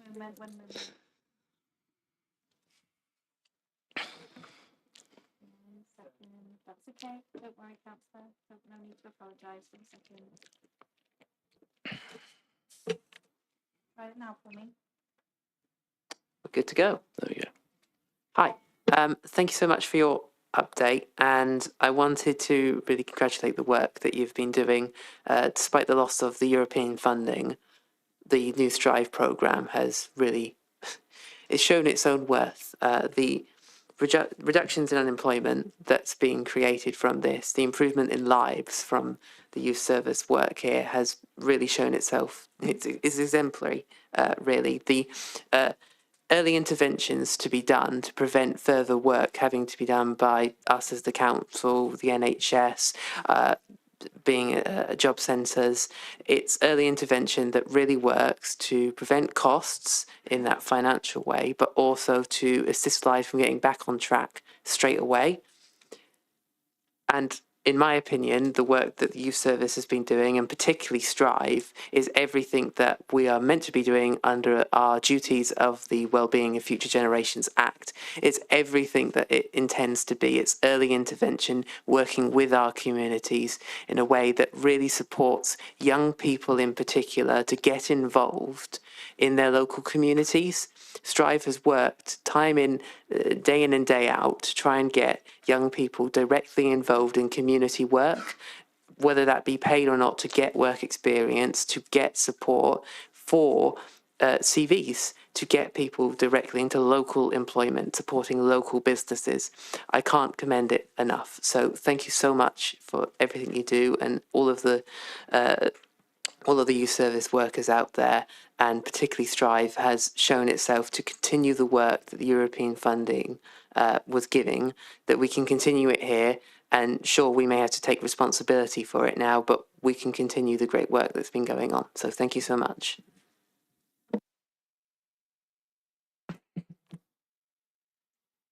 No, just thank you for the support. It really has been a lot, and the feedback the team receives from councillors and from management things, it really does boost morale. It's really positive to hear. Thank you. Thank you. Any other comments? Reece? Thank you, Chair. I just wanted to highlight the fact that obviously the ESF funding changed, but obviously the difficulties we do face is that this is now funded via the shared prosperity funding that many councillors will be aware is only up until 2025. So it is just key to highlight. I know we raised this last year in regards to this matter, but obviously this then could have a detrimental effect next year. The only other aspect linked to the SPF funding then is also that as a consequence of having the SPS available, we did apply for 2 additional workers, and these are the ones that we have placed additional Upper Pencoitra. It was just good to highlight that in relation to the Pencoitra and the feedback from Estin. So they have started in September, and you know, part of the Strive team, you have got homelessness workers, the pre-NEET workers, plus our youth wellbeing service up there. So it's not just these 2 workers, we've got 5 or 6 that are in and out of Pencoitra. So it's just good to make reference to it.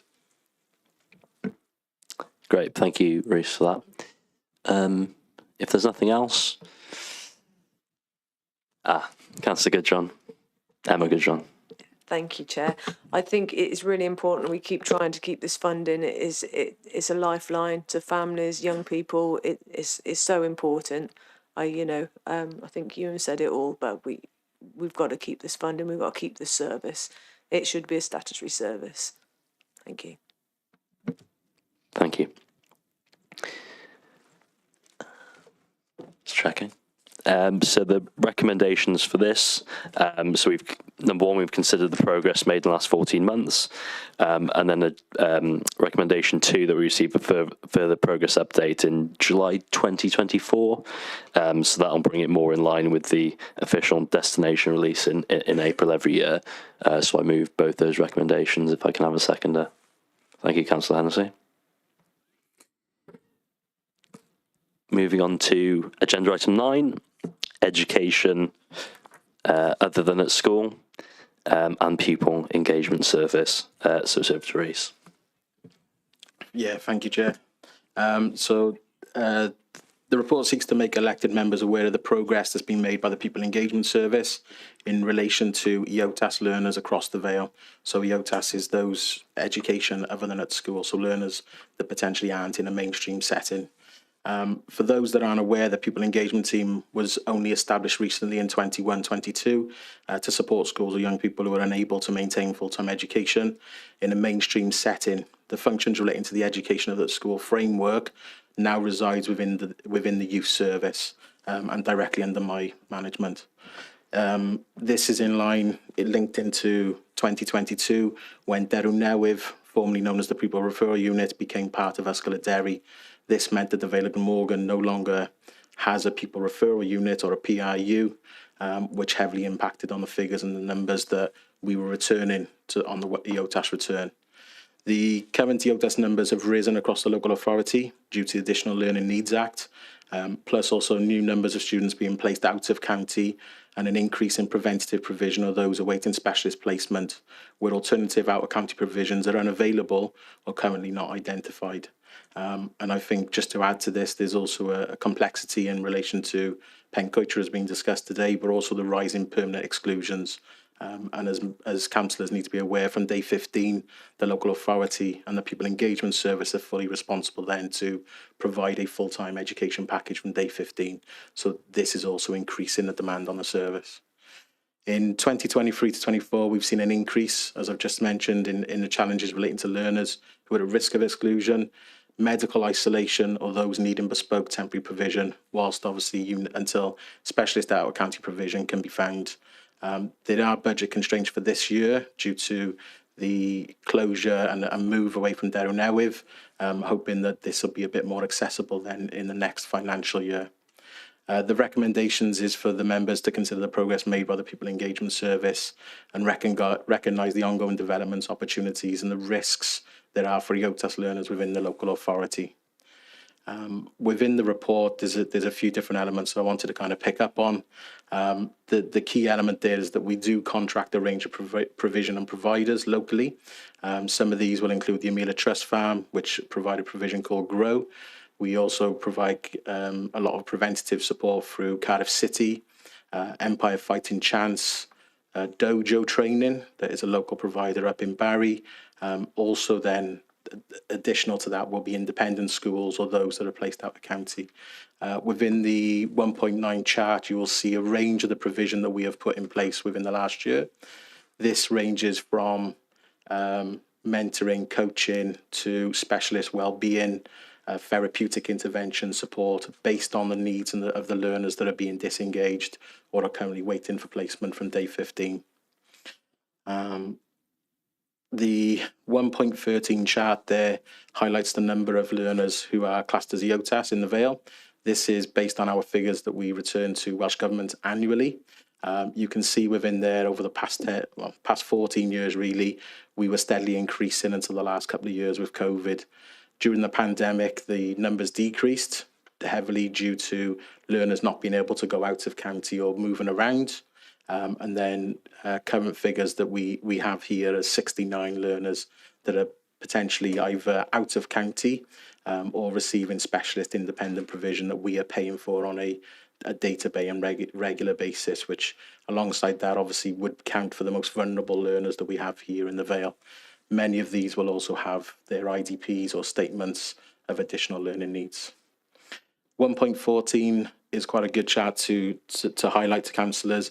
It does show that since the change of the status of Dereham Newydd and not becoming a pupil referral unit, our numbers of EOTAS learners in the Vale has actually reduced.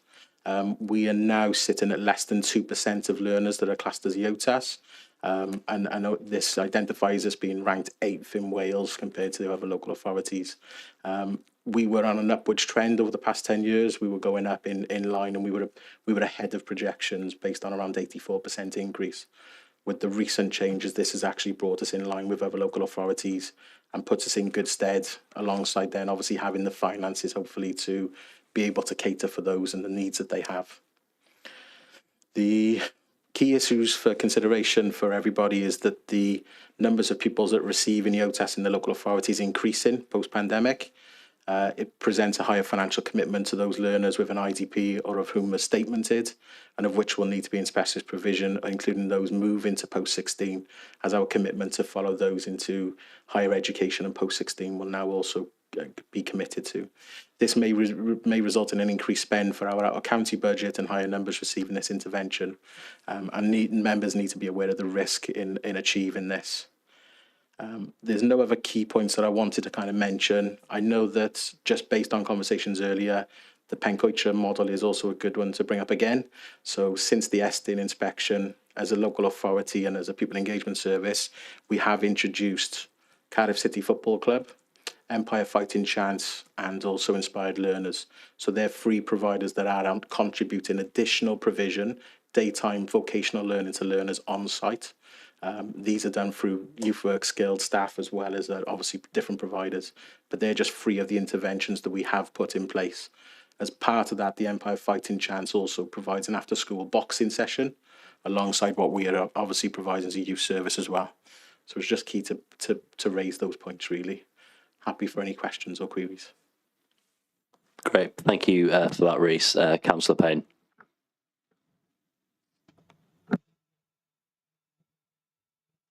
Am I there? No picture, never mind. We can hear you, Helen. Cool. So thank you for that, Rhys. I'm interested in, there's kind of been a decline in ETAS numbers, hasn't there? Because I noticed it was 140 or 116 in 2018. So are you saying there's an upward trend now? That's the first thing. And the second thing was wanted to know, of those 69, I would be interested to know which young people their non-engagement, moving far away from, mainstream school education is down to mental health. So that'd be one of the things, because I know Councillor Goodjohn's going to propose something about the forward work programme shortly.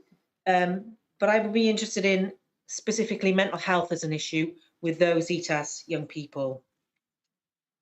Yeah. Thanks. So just to feed in, the numbers were increasing, and then with the declassification of a pupil referral unit, we instantly lost 60 from the numbers. This is why it's meant that it's reduced so heavily, because those learners then are not in a PIU, which is classed as an EOTAS setting. Yeah. So that's why the numbers have reduced. But obviously what we are seeing internally is an increase in learners that potentially will need out-of-county specialists that are unable to meet needs. Yeah, that's about 125 then, isn't it? At the moment, we've got the 65. If I'm being honest, based on the current figures I produced yesterday, because PLAS data is due next week, we've currently got 55 learners that will be classed as EOTAS.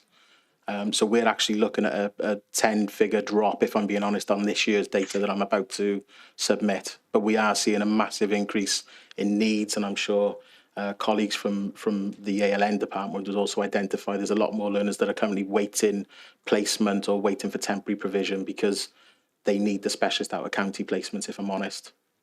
Yeah. In feedback to the other aspect, obviously 1.15 identifies the range of provision. So there is a breakdown there in regards to those that are primary setting, secondary setting, or post-16. So as I mentioned, probably I would say 90% of these are based on IDPs. So this would be statemented learners who need specialist provision that cannot be met within the Vale. So they will be out of county in specialist provision. The additional 10% then will be identified through SEMP, the social, emotional, mental health panel that Martin leads on. And we will then look at a range of preventative measures in school based to hopefully prevent learners from coming out and being taken away from mainstream school. And then obviously where possible, there will be some learners that will have a full-time community provision, which will be temporary then in regards to many different factors and needs, if I'm being honest, but they could be a waiting placement to go out of county, or alternatively, as we've got at the moment, we've got free learners who would have an online tuition 25 hours a week whilst they've been permanently excluded from secondary school and await the admissions to a second mainstream school as per the policy. So there is a mixture, I would say, based on needs and also based on mental health and well-being. Yeah, I'd be interested in a breakdown though, Reece. That's the issue for me, because I want to know, I would like to know, you know, of those learners that have provision, which ones are purely on mental health basis, particularly in light of the, you know, post-COVID hangover. That's something I'd be interested in. Thank you. No worries. Just to say, Chair, I can get that to you in the next couple of days, if that's okay. I think it's good to just to mention really the preventative stuff that we do have going on and taking place in schools will all be based on mental health. So if you think of the Cardiff City in Pencoitre, for example, that accessing it's around 76 learners that will benefit from that. That will be based on an identified need of social, emotional, and mental health needs. So that's just as an idea as to the preventative stuff that schools will already have in place. We have obviously topped up Pencoitre to support with the current climate. However, we're aware that Whitmore, Llantwit, St Cyrie's and other secondary schools are already have already interventions for 14 to 16 networks. So they will already have these provisions on site doing preventative measures in order to ensure that learners aren't isolated and disengaged for later down the piece. Thanks. Yeah, if you could share those numbers with everyone on the committee, that'd be great. Cheers, Reece. Any other contributions? Okay. So there's two recommendations. So number one, we've considered the progress made by the People Engagement Service, and number two, that we receive a further progress update report regarding updated information based on the EOTS return for Welsh Government and the impact for learning for those in EOTS settings. Do we know what date that would be? Potentially it'd be around July time, the same as the release of data. Great, around July. And then we'll have a third recommendation for sharing those numbers whenever you can. That's fine. Brilliant. Thank you, Chair. Thanks. So I'll move all three of those. Second. Councillor Goodjohn, thanks. Brilliant. Okay.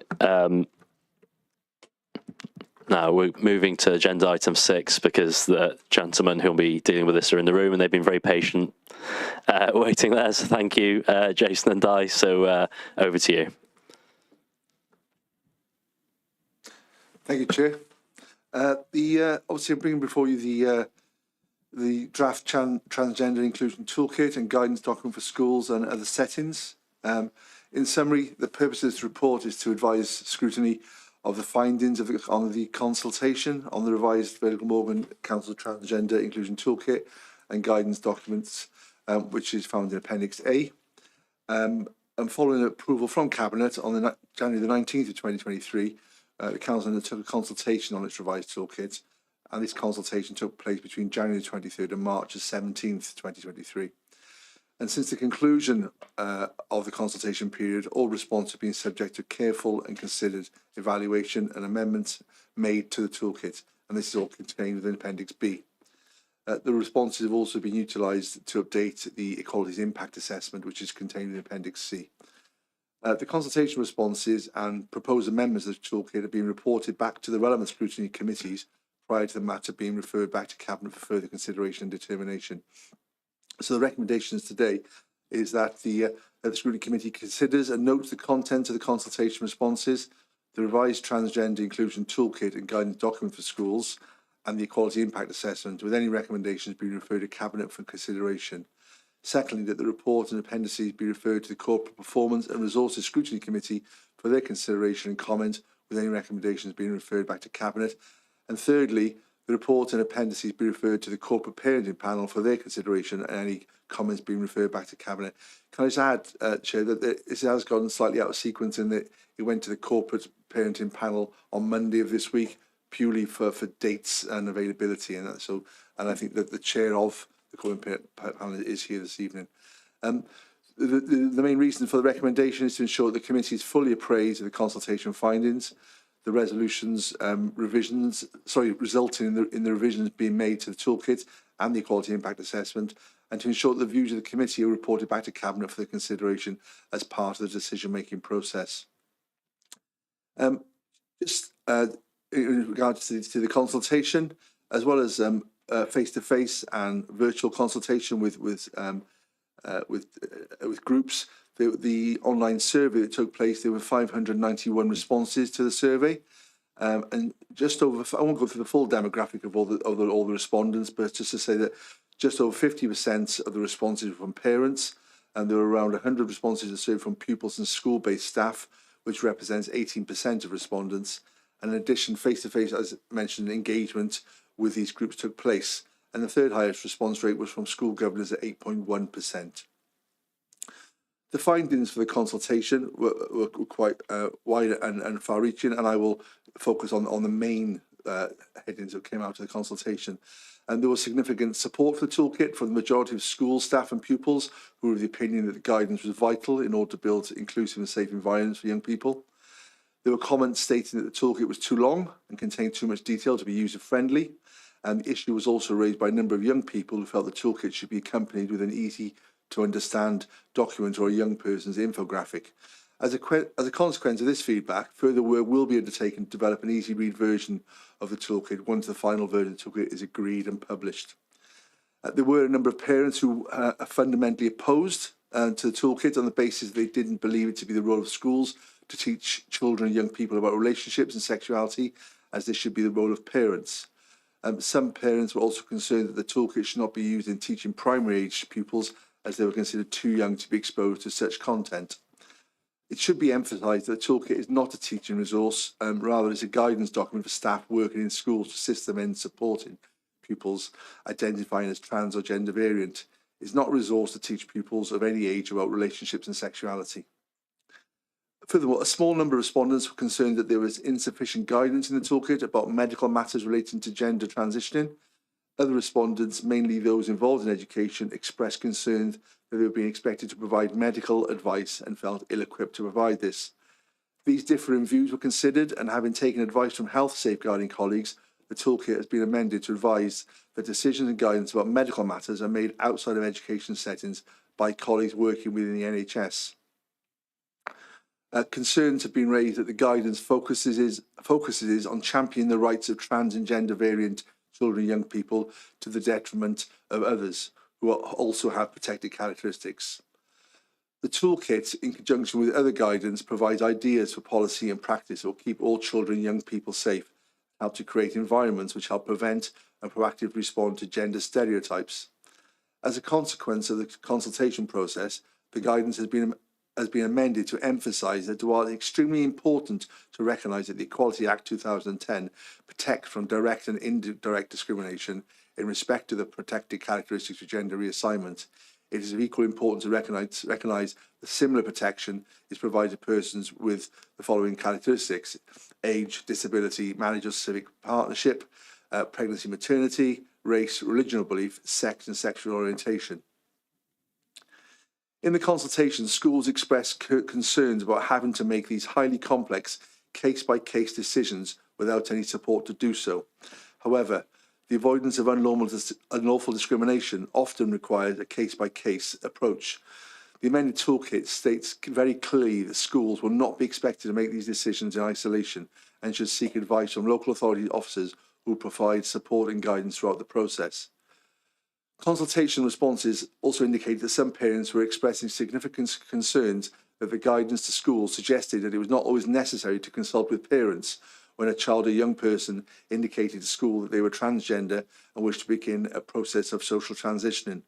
School leaders also expressed concern about supporting a pupil in this regard without the involvement of the parents. In light of these concerns, the toolkit has been amended and the guidance now states clearly that schools should not support a learner to transition socially without involving the learner's parents in the process. If the pupil is not happy to involve the parents, then schools should not support the process.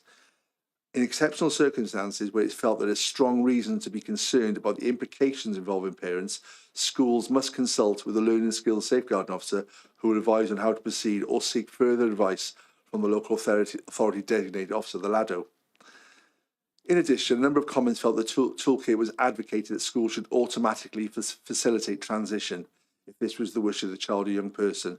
This was not the intention of the toolkit, which has now been amended accordingly. The toolkit now clearly points to the CAS review conclusions that social transition is not a neutral act and may have significant effect on the child or young person in terms of their psychological functioning, and that a watch and wait approach is advocated in the school setting. The guidance now reflects this position and indicates that schools should adopt a supportive, flexible and responsive attitude to affirm a child's expressed sexuality and gender, whilst being sensitive to change over time. This will involve making appropriate adjustments, ensuring the child does not face discrimination or bullying. The consultation process has been highly informative and the feedback has been considered fully and amendments made in response to strengthen the toolkit and enhance the guidance provided to schools. And I welcome questions and comments, Chair. Thanks very much for that, Jason. Councillor, oh, there was a name but it's disappeared, that's okay. Councillor Marshalsea. Hi, many thanks for that. I must say I'm really pleased to support the toolkit in general.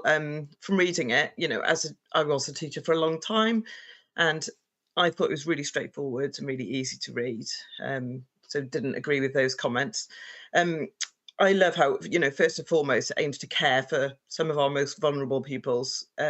Asking teachers to use their professional judgment on a case-by-case basis is what we do day in, day out, and it's the most sensible thing to do when working with children and young people. I'm really pleased that the teaching profession has been asked to continue making sensible and professional judgments, as our Vale teaching staff currently do. And thank you so much. This is great. Do you want to come back, Jason? Oh, thank you very much.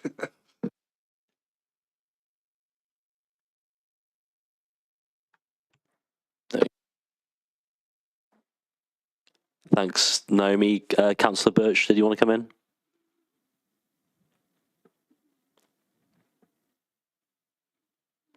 No worries if not.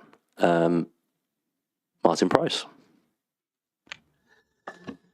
Hi, can you all hear me now? Yeah? Yep, loud and clear. Okay. I think this is a great improvement on the first draft of the toolkit. I've actually got, I welcome it, and I think it's a very good, sensible way of approaching what's a very difficult and emotive subject. But I have got 4 points I wanted to ask Jason about. Firstly, this document is in there. My understanding is that the Welsh Government is also providing guidelines this term on this topic. I was wondering how that meshes in with the Vale's document, whether the Welsh Government has been talking to the Vale about what's in theirs and vice versa, and how that teachers are going to get 2 sets of guidelines, one from Welsh Government and one from the Vale, and whether there's any issues as far as that's concerned. Secondly, this is a legal minefield, and I'm not sure whether the toolkit addresses who pays for the legal costs when some of these things are challenged. I'm particularly interested, obviously, from the Catholic sector point of view, about voluntary aided schools, where the governors are much more responsible in law than some of the state schools. So I seek assurance that if there are legal challenges to the way schools operate, that actually they are going to be fully supported by the authority or by whoever is responsible for doing that. The third point is more, I think Jason referred to the desirability for involving parents at each point. The difficulty there is where a child doesn't want their parents involved or has different views on that. And I think the toolkit has been modified to allow for that and talks about referring to senior safeguarding people at the Vale. But I think it could go a bit more into the issues of Gaelic competency, and which is, you know, the rights of the child to have its own views held if it is considered to be Gaelic competent. And I think the toolkit a little bit fudges that at the moment. And the fourth point is about the practicalities of things like going on overseas trips or going on any trip overnight anywhere. The added costs involved of providing safe facilities for everybody is obviously what you want to do, but there is a cost associated with that. And to me, that's an issue where legality, the legal challenges might well arise. And I think it might be worth looking at the wording of that particular section and see how that would be handled. We don't want to be seen to be charging pupils extra, but obviously there is an extra cost, and that is borne by everybody. But overall, I think it's a great improvement on the previous one. I don't want to seem to be nitpicking.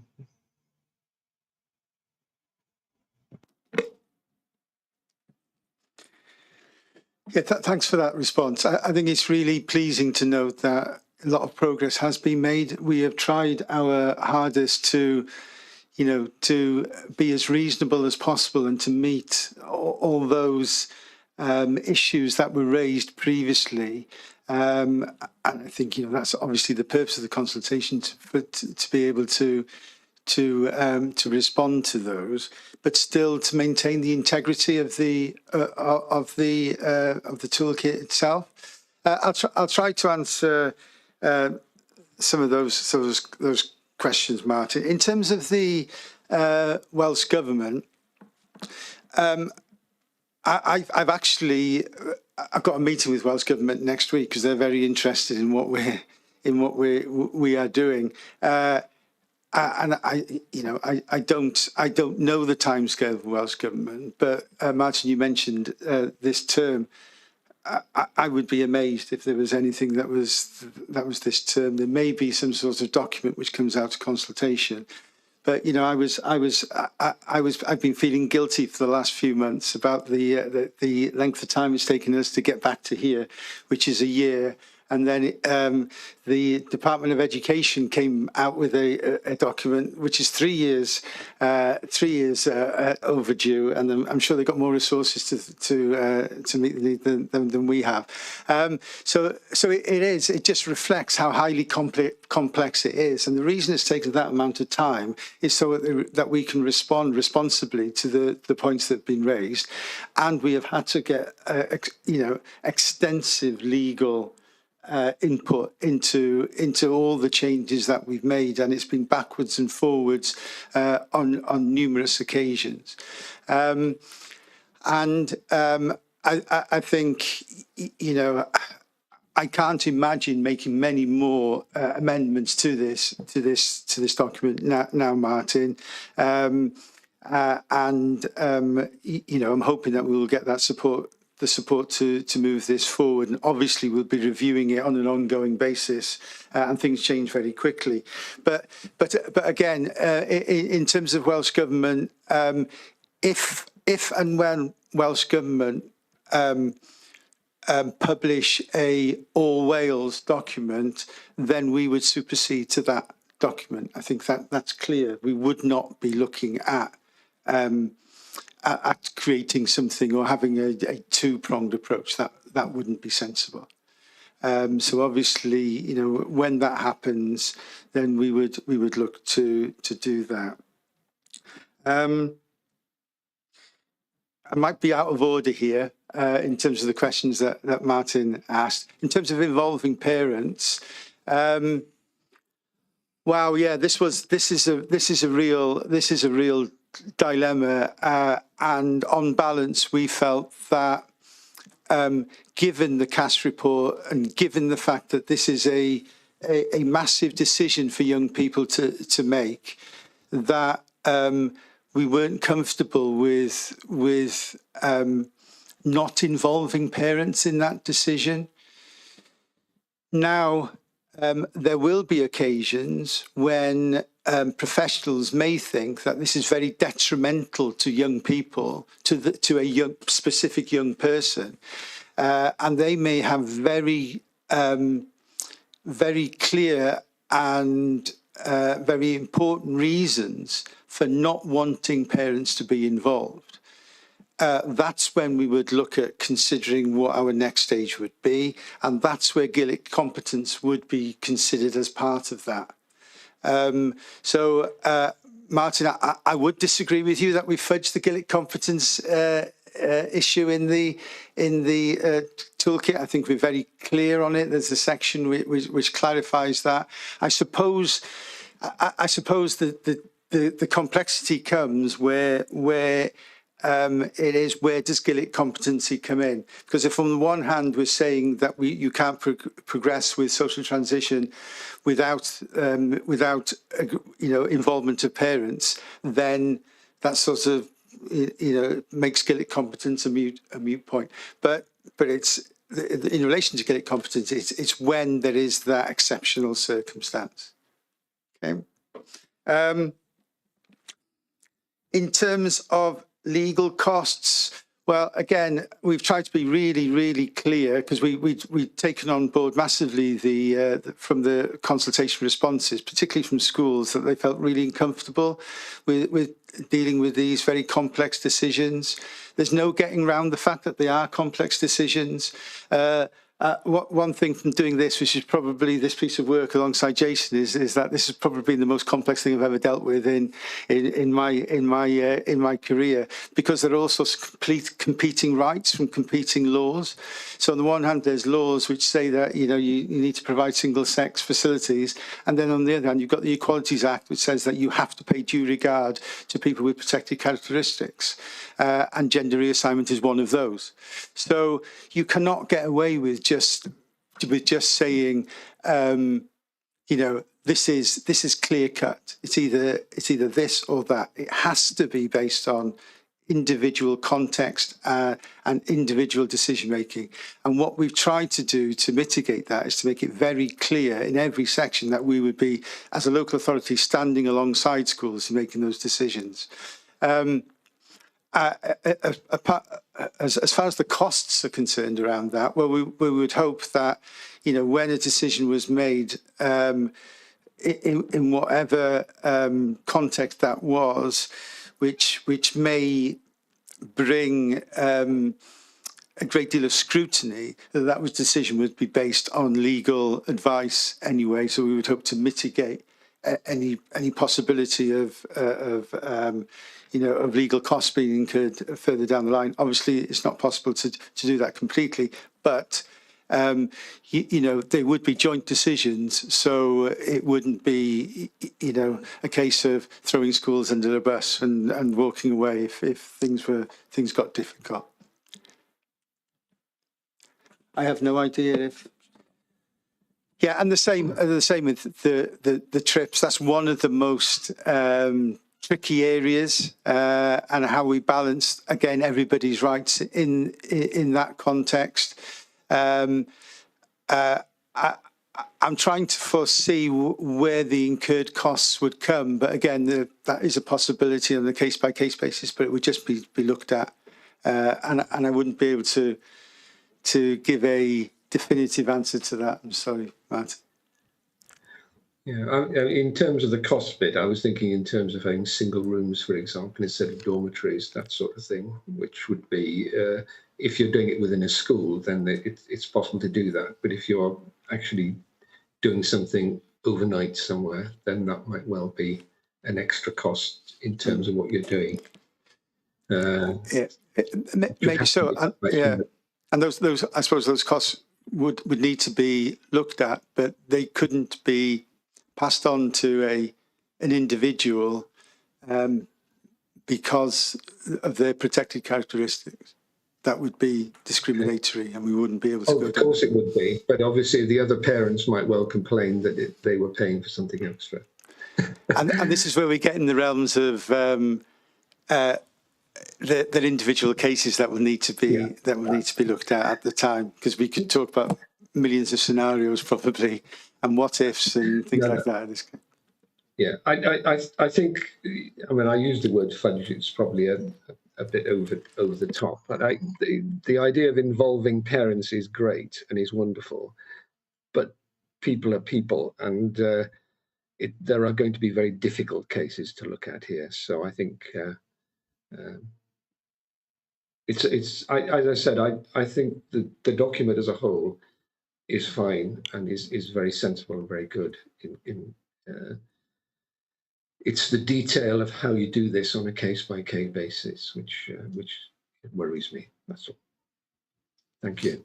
Thank you, Martin. And just to pick up complexity as well in terms of involving parents, we also have to be mindful that we are not saying that these are safeguarding issues that are being raised, and also there's confidentiality in the rights of the child, young person who are involved. And what we're saying is that if a young person was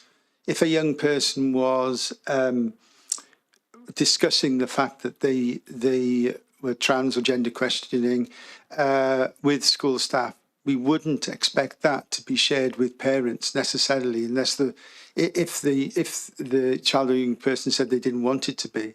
That is their own business.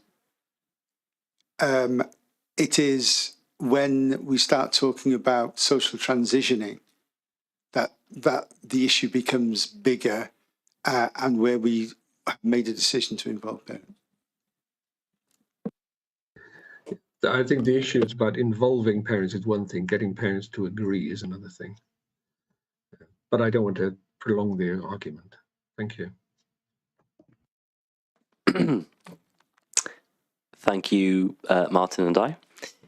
Rhys Goodjohn. So I am going to prolong the argument, unfortunately. I would like to reiterate what others have said. This toolkit is a very good resource, and I've met people trans learners who have really benefited from this. I am concerned about when it comes to parental involvement, because it's not a parent's job to know everything about the child. Privacy is a very important thing. And if a child isn't able to socially transition because they don't want their parents to know, for whatever reason that may be, that would be very detrimental to their mental health. And if we're thinking of it purely statistically, that's going to reduce their attendance rates. We already have an attendance crisis at schools. So I was going to ask why exactly you've brought in this new change. You have sort of answered that. So instead, I think I'm going to change the question. It says in exceptional circumstances, schools must consult with a learning and skills safeguarding officer. I just want to know, how exceptional do these circumstances need to be?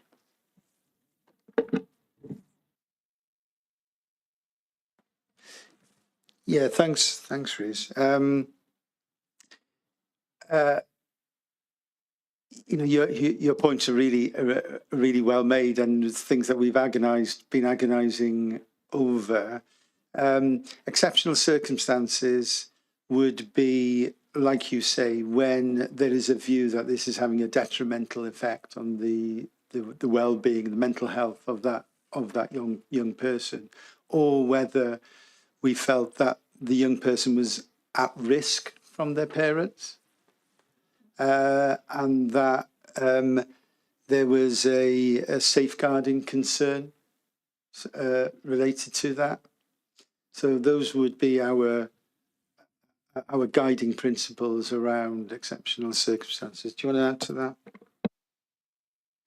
Yeah, can I just add, it actually says if there's a strong reason for concern as opposed to exceptional circumstances. So I think that's towards the bottom of just above paragraph 5, section 5.3, is that if there's a strong reason for concern that informed parent could have a detrimental impact on the well-being of people, schools should seek advice from education safeguard officers. So it's not in exceptional circumstances. If there's so it's more general. If the schools have got concerns, then just discuss it with safeguarding professionals to see what options are available, as it were, to try and work through that as a case-by-case basis.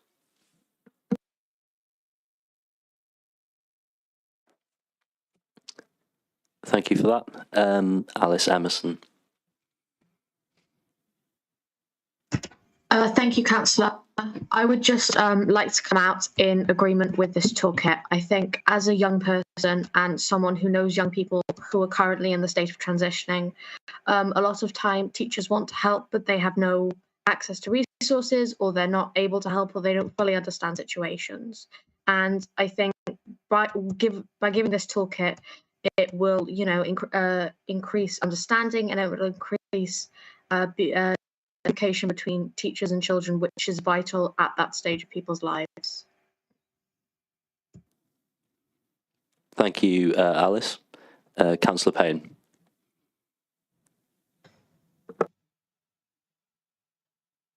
No, picture again. Okay, thank you, Chair. I agree with page 33, the Gillett competence, because very often parents are the blockage, and I see the other end of it in my work with the high rate of trans young people that are made homeless through family breakdown. So I really, really welcome this as not an early intervention in terms of well-being, but an early intervention in also preventing homelessness, an early intervention in young people's development, in them becoming fulfilled individuals, and a massive support for teachers in what is a very, very tricky situation.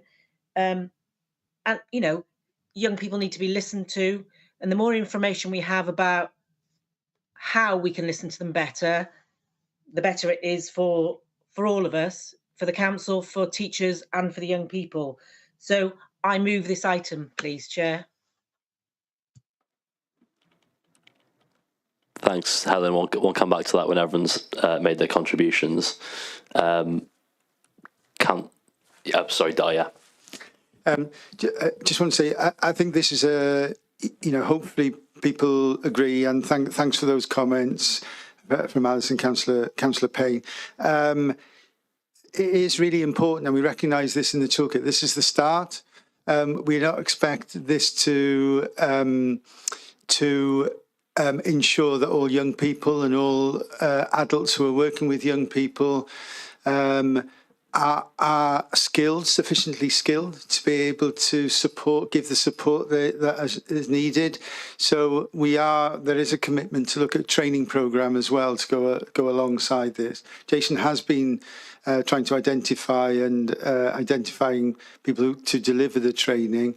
We haven't got a trainer on tap as yet, but that is something that I think is crucial as well to go alongside the toolkit. Because it is a very complex area. Thanks. Thanks. Councillor Birch.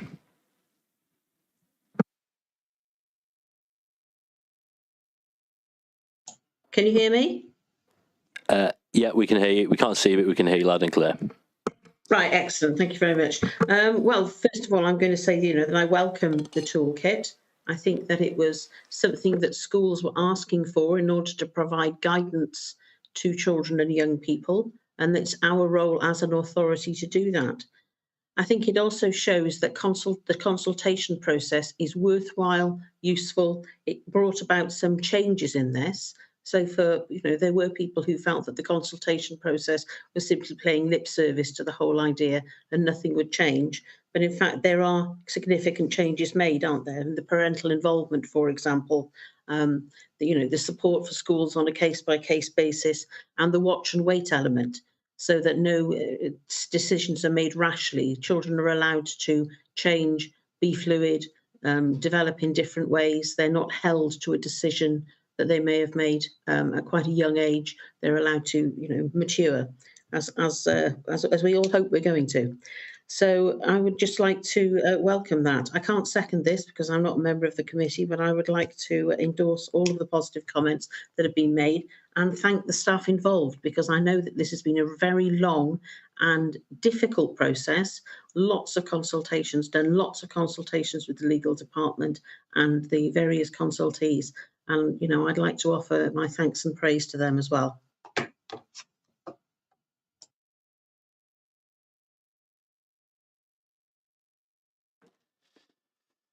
Yeah, just to say thank you, Councillor Burst, for those kind words. It has been a long process, and those people have been frustrated. Some councillors probably been frustrated about the length of time that it's taken, but it's important to get it right because of the complexity and the legal ramifications of getting it wrong. Thanks, David. Councillor Birch, would you mind just coming off the screen, the speaking list, please?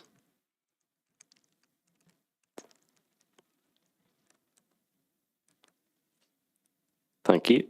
Councillor Marshalsea. I would like to second Helen, please. Thanks. Any other comments? Just a couple from myself, Jason and Di. I was just wondering what efforts were made to reach ethnic minorities and faith groups with this consultation.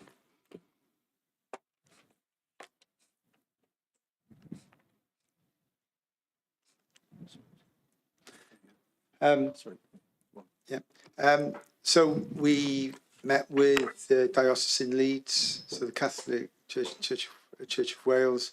Other than that, in terms of they are main providers of education within the local authority, we didn't really feel it appropriate to be going out to different groups. Because we felt, where would that end? We're leaving ourselves open to, from whichever standpoint you were coming from in terms of this, as to involving a particular group over another group. So the consultation process was was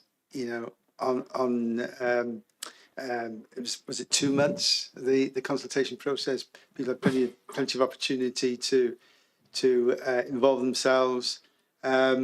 So we feel that anybody who wanted a voice had a voice. Sure.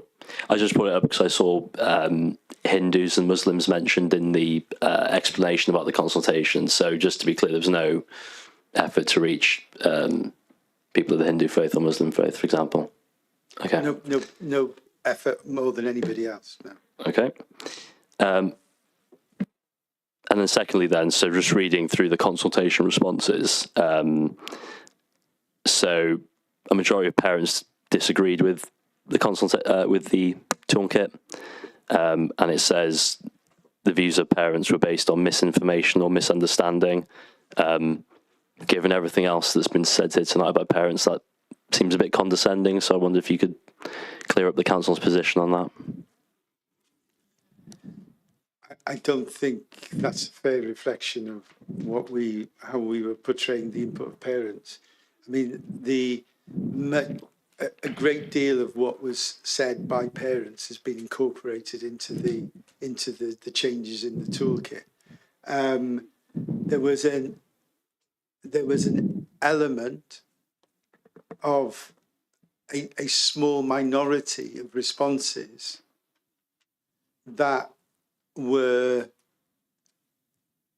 I'm trying to choose my words carefully, that were, I would say, ill-informed, and that might say condescending, but others would say illegal.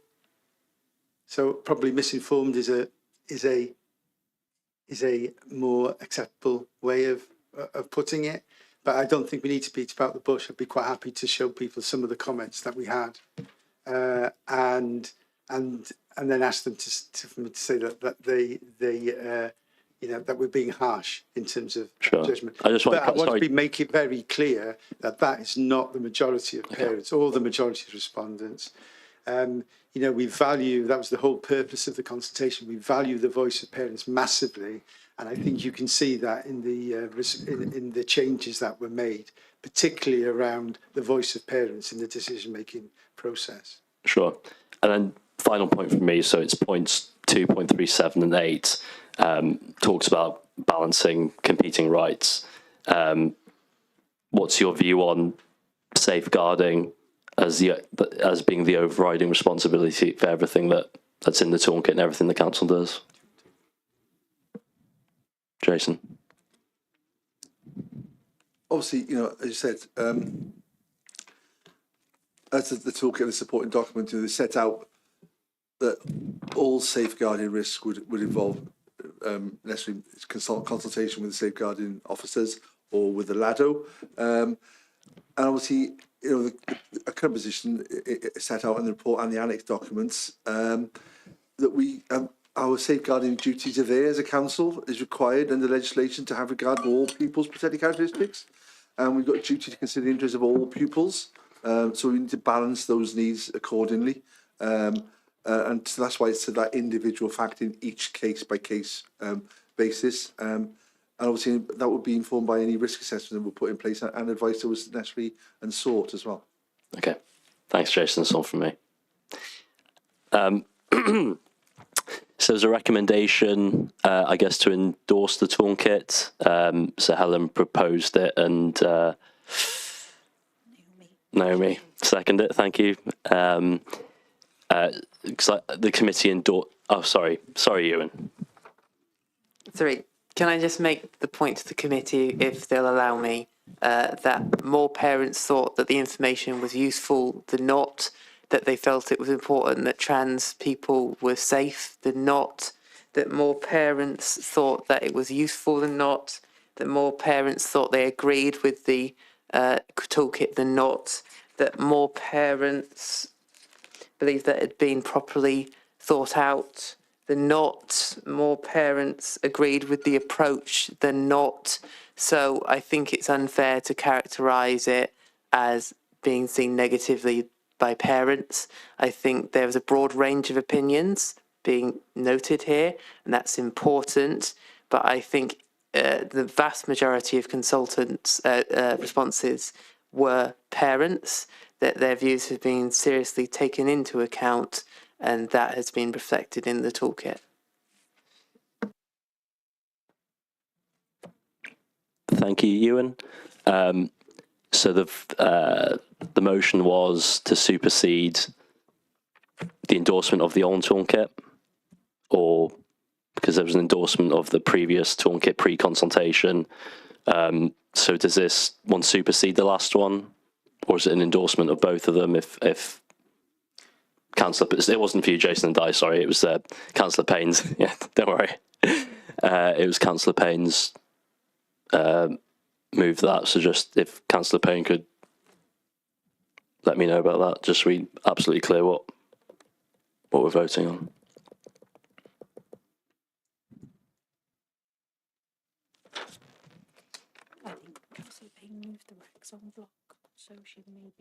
Or was it the Rex on block? I'm not sure, sorry. Sorry, did you want me to respond to that? Yeah, no, it was just about clarity about what you were moving, Helen. Moving the toolkit. Okay. On block. Okay, and is that to supersede what was voted on last time? Because I think committee... Yeah, because there are amendments to the toolkit, so yeah. Okay, to supersede the last one. Okay, thanks, Helen. Can we vote on that, please? Yes. Yeah. If you want to call that, so just to sorry. Yes, Chair, you may call a vote if you wish, but obviously just to confirm that your first recommendation is to note the version of the toolkit that's provided within the papers, and that your second recommendation is that the report and appendices be referred to the Corporate Performance and Resources Scrutiny Committee, and that it also be referred to the corporate parenting panel. So obviously, if Councillor Payne's now moved to endorse the latest version as presented, that would give you a fourth recommendation. Yeah. But you want to take a vote on whether to include the recommendation. Is that correct? Yeah. Right. Okay. So So I think the other three don't need a vote, just the fourth one. I believe that Councillor Marshall-C had moved just Councillor Payne's recommendation. Therefore, you still need a mover and seconder for the three existing recommendations. In that case, I'll move that one. Yeah. Emma Goodron will second it. Okay. Cheers. Okay. Yeah. Okay. Lovely. So your three existing recommendations are moved and seconded. So if you have no dissent, then that stands. So now you need a mover for your and a seconder for your vote. So I think. So if you've moved the vote, you need a seconded. Councillor Hennessy has kindly seconded. So if you bear with us one moment, we need to obviously set the vote up through the system so our remote members can vote. So bear with us 1 second.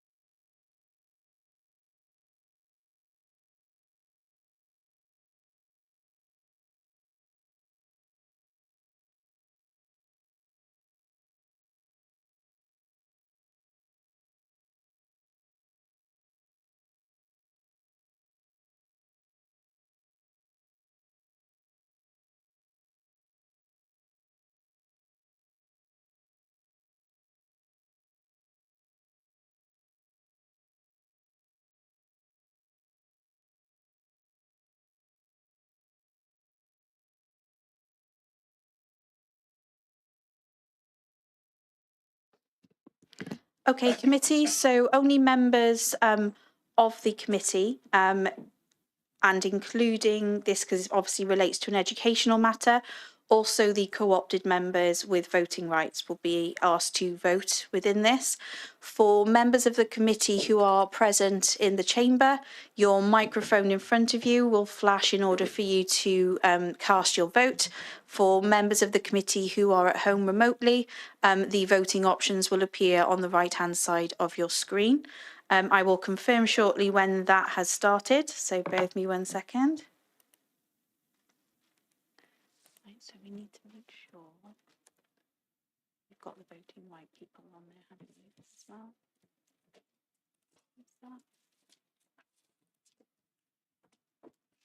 Okay, committee, I am starting the vote now. So the vote is whether or not you are content to add a fourth recommendation to this report, that the latest version of the toolkit as presented be endorsed by you as a committee. That's your vote. The vote has now started. If you could kindly cast your votes. So you can see. Yes.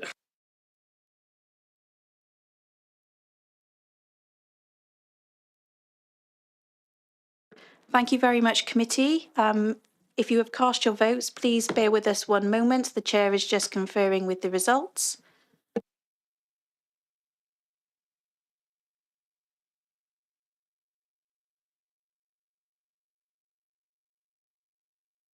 Can you stop the vote and then I can show the results? Thank you, Amy. Can you stop the vote? Stop the count? There you go, Chair. The results are now displayed. They will automatically disappear shortly, but the motion is carried. Therefore, you have a fourth recommendation on the report. Fab. Thank you, Amy. That's the first time I've done a vote with a new system, and it's good. It's very impressive. Oh, good. I like it. Well done, Amy.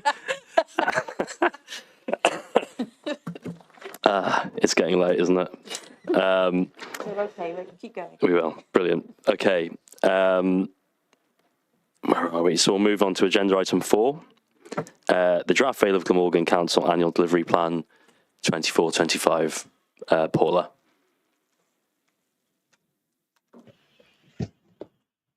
Thank you, Chair. I can see that I'm still frozen on the camera, so I'm going to turn my camera off if that's okay. That's okay. We can hear you at least. Okay. The report sets out the draft annual delivery plan that's been developed and the proposed consultation and timetable for the plan. The corporate plan wellbeing objectives and the associated commitments for 24-25 set out in the annual delivery plan will be reflected in service plans, and those will come to Scrutiny Committee in due course.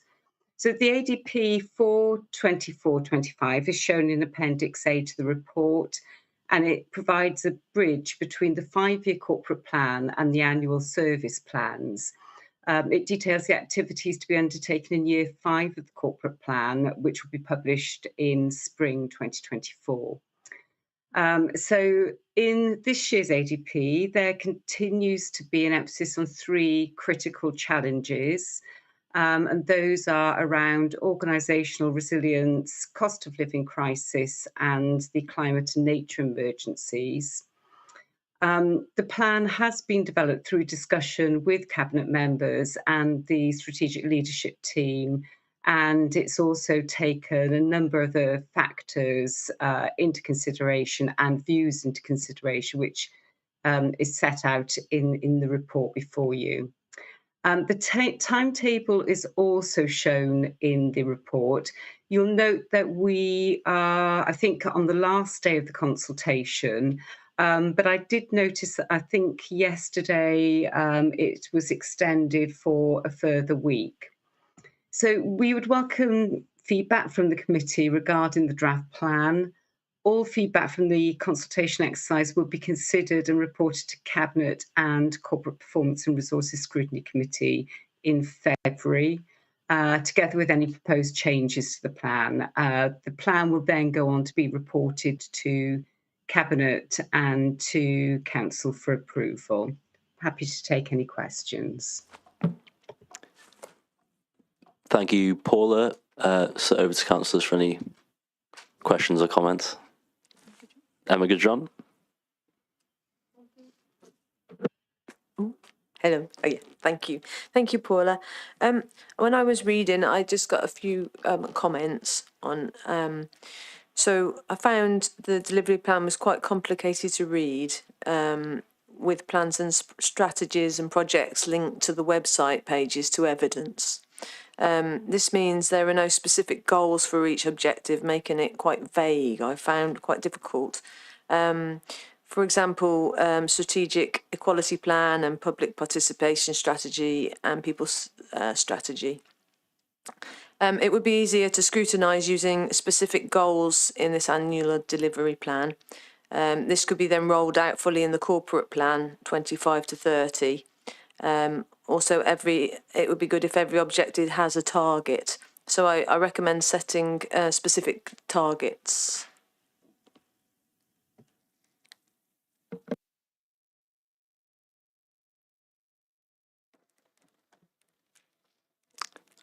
Paula, do you want to come back on that?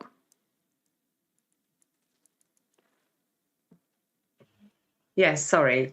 The specific actions, goals and specific targets are actually going to be set out in the service plans, which will be linked to the annual delivery plan. Thank you, Paula. I'm not sure if that answers the concern that you had. I just felt reading it was quite difficult to scrutinise because of all the different links. But if it's being put in the service plan, then that answers my question. Thank you. Okay, thank you. Thanks, Emma. Any other comments from councillors?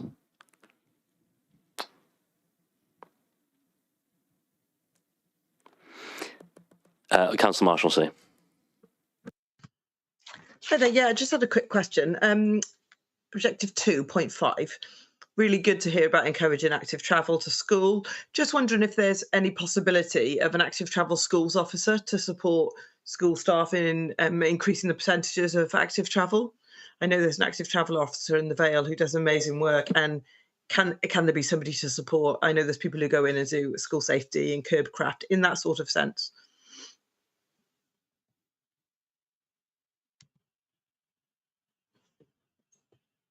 Yeah, that doesn't actually fall within my remit, but we can certainly take that comment forward.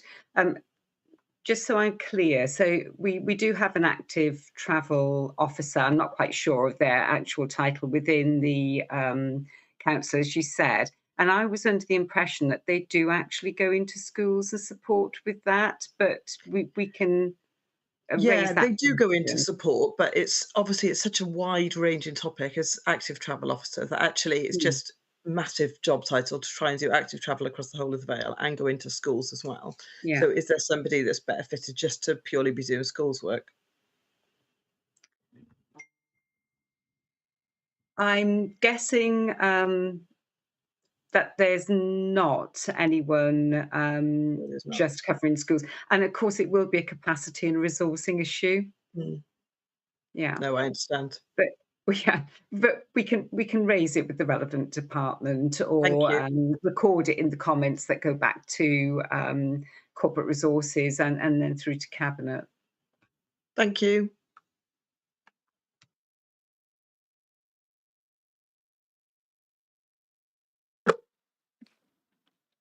Thanks, Naomi. Any other points, questions? Just one from me then, Paula. In objective 2.2, it says work with our schools and partners and explore new service delivery models to address budgetary challenges, etc., etc. I was wondering what those new service models look like and what the timescales we can expect for the development of them.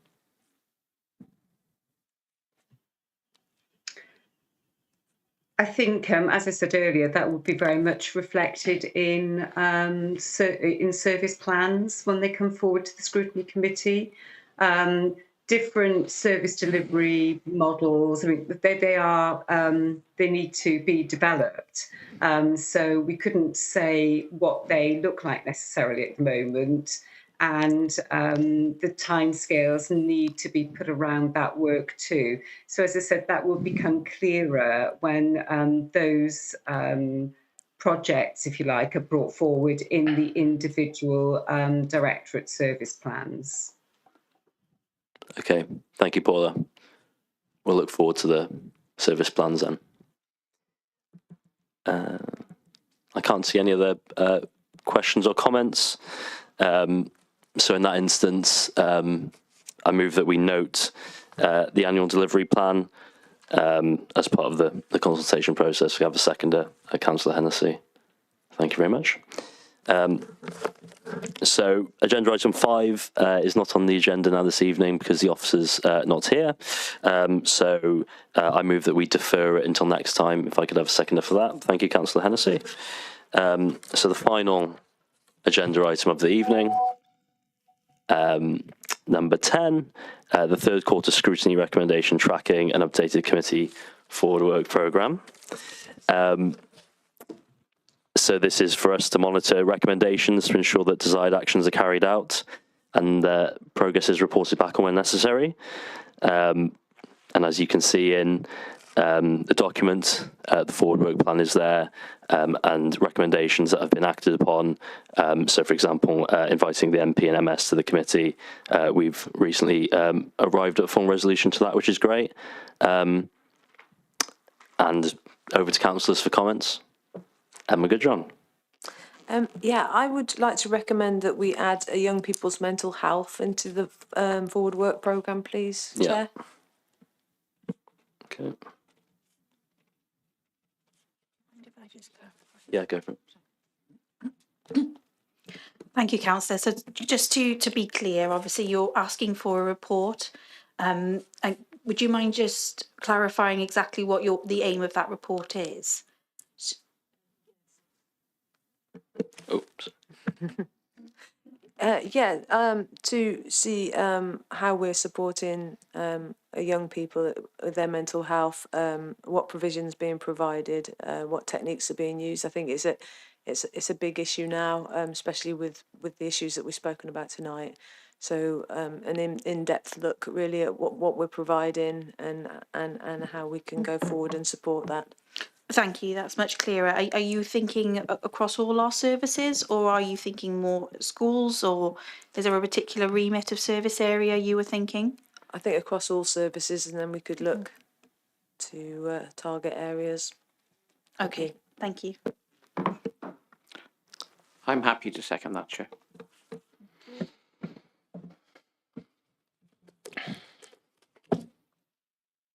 Okay, Chair. Great, thank you. So just to clarify, Chair, so you have your you have now 3 recommendations for this report. To note the outcomes in Appendixes A and B, and to have the committee's permission to upload the updated forward work programme to the website, and to add to the forward work programme the recommended report from Councillor Goodjohn as seconded by Councillor Hennessy. Cool. And I'm happy to move the other ones. And okay, thank you.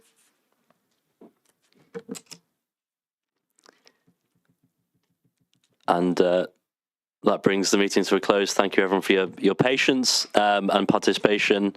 Excellent meeting, and I'll see you all on February the 8th.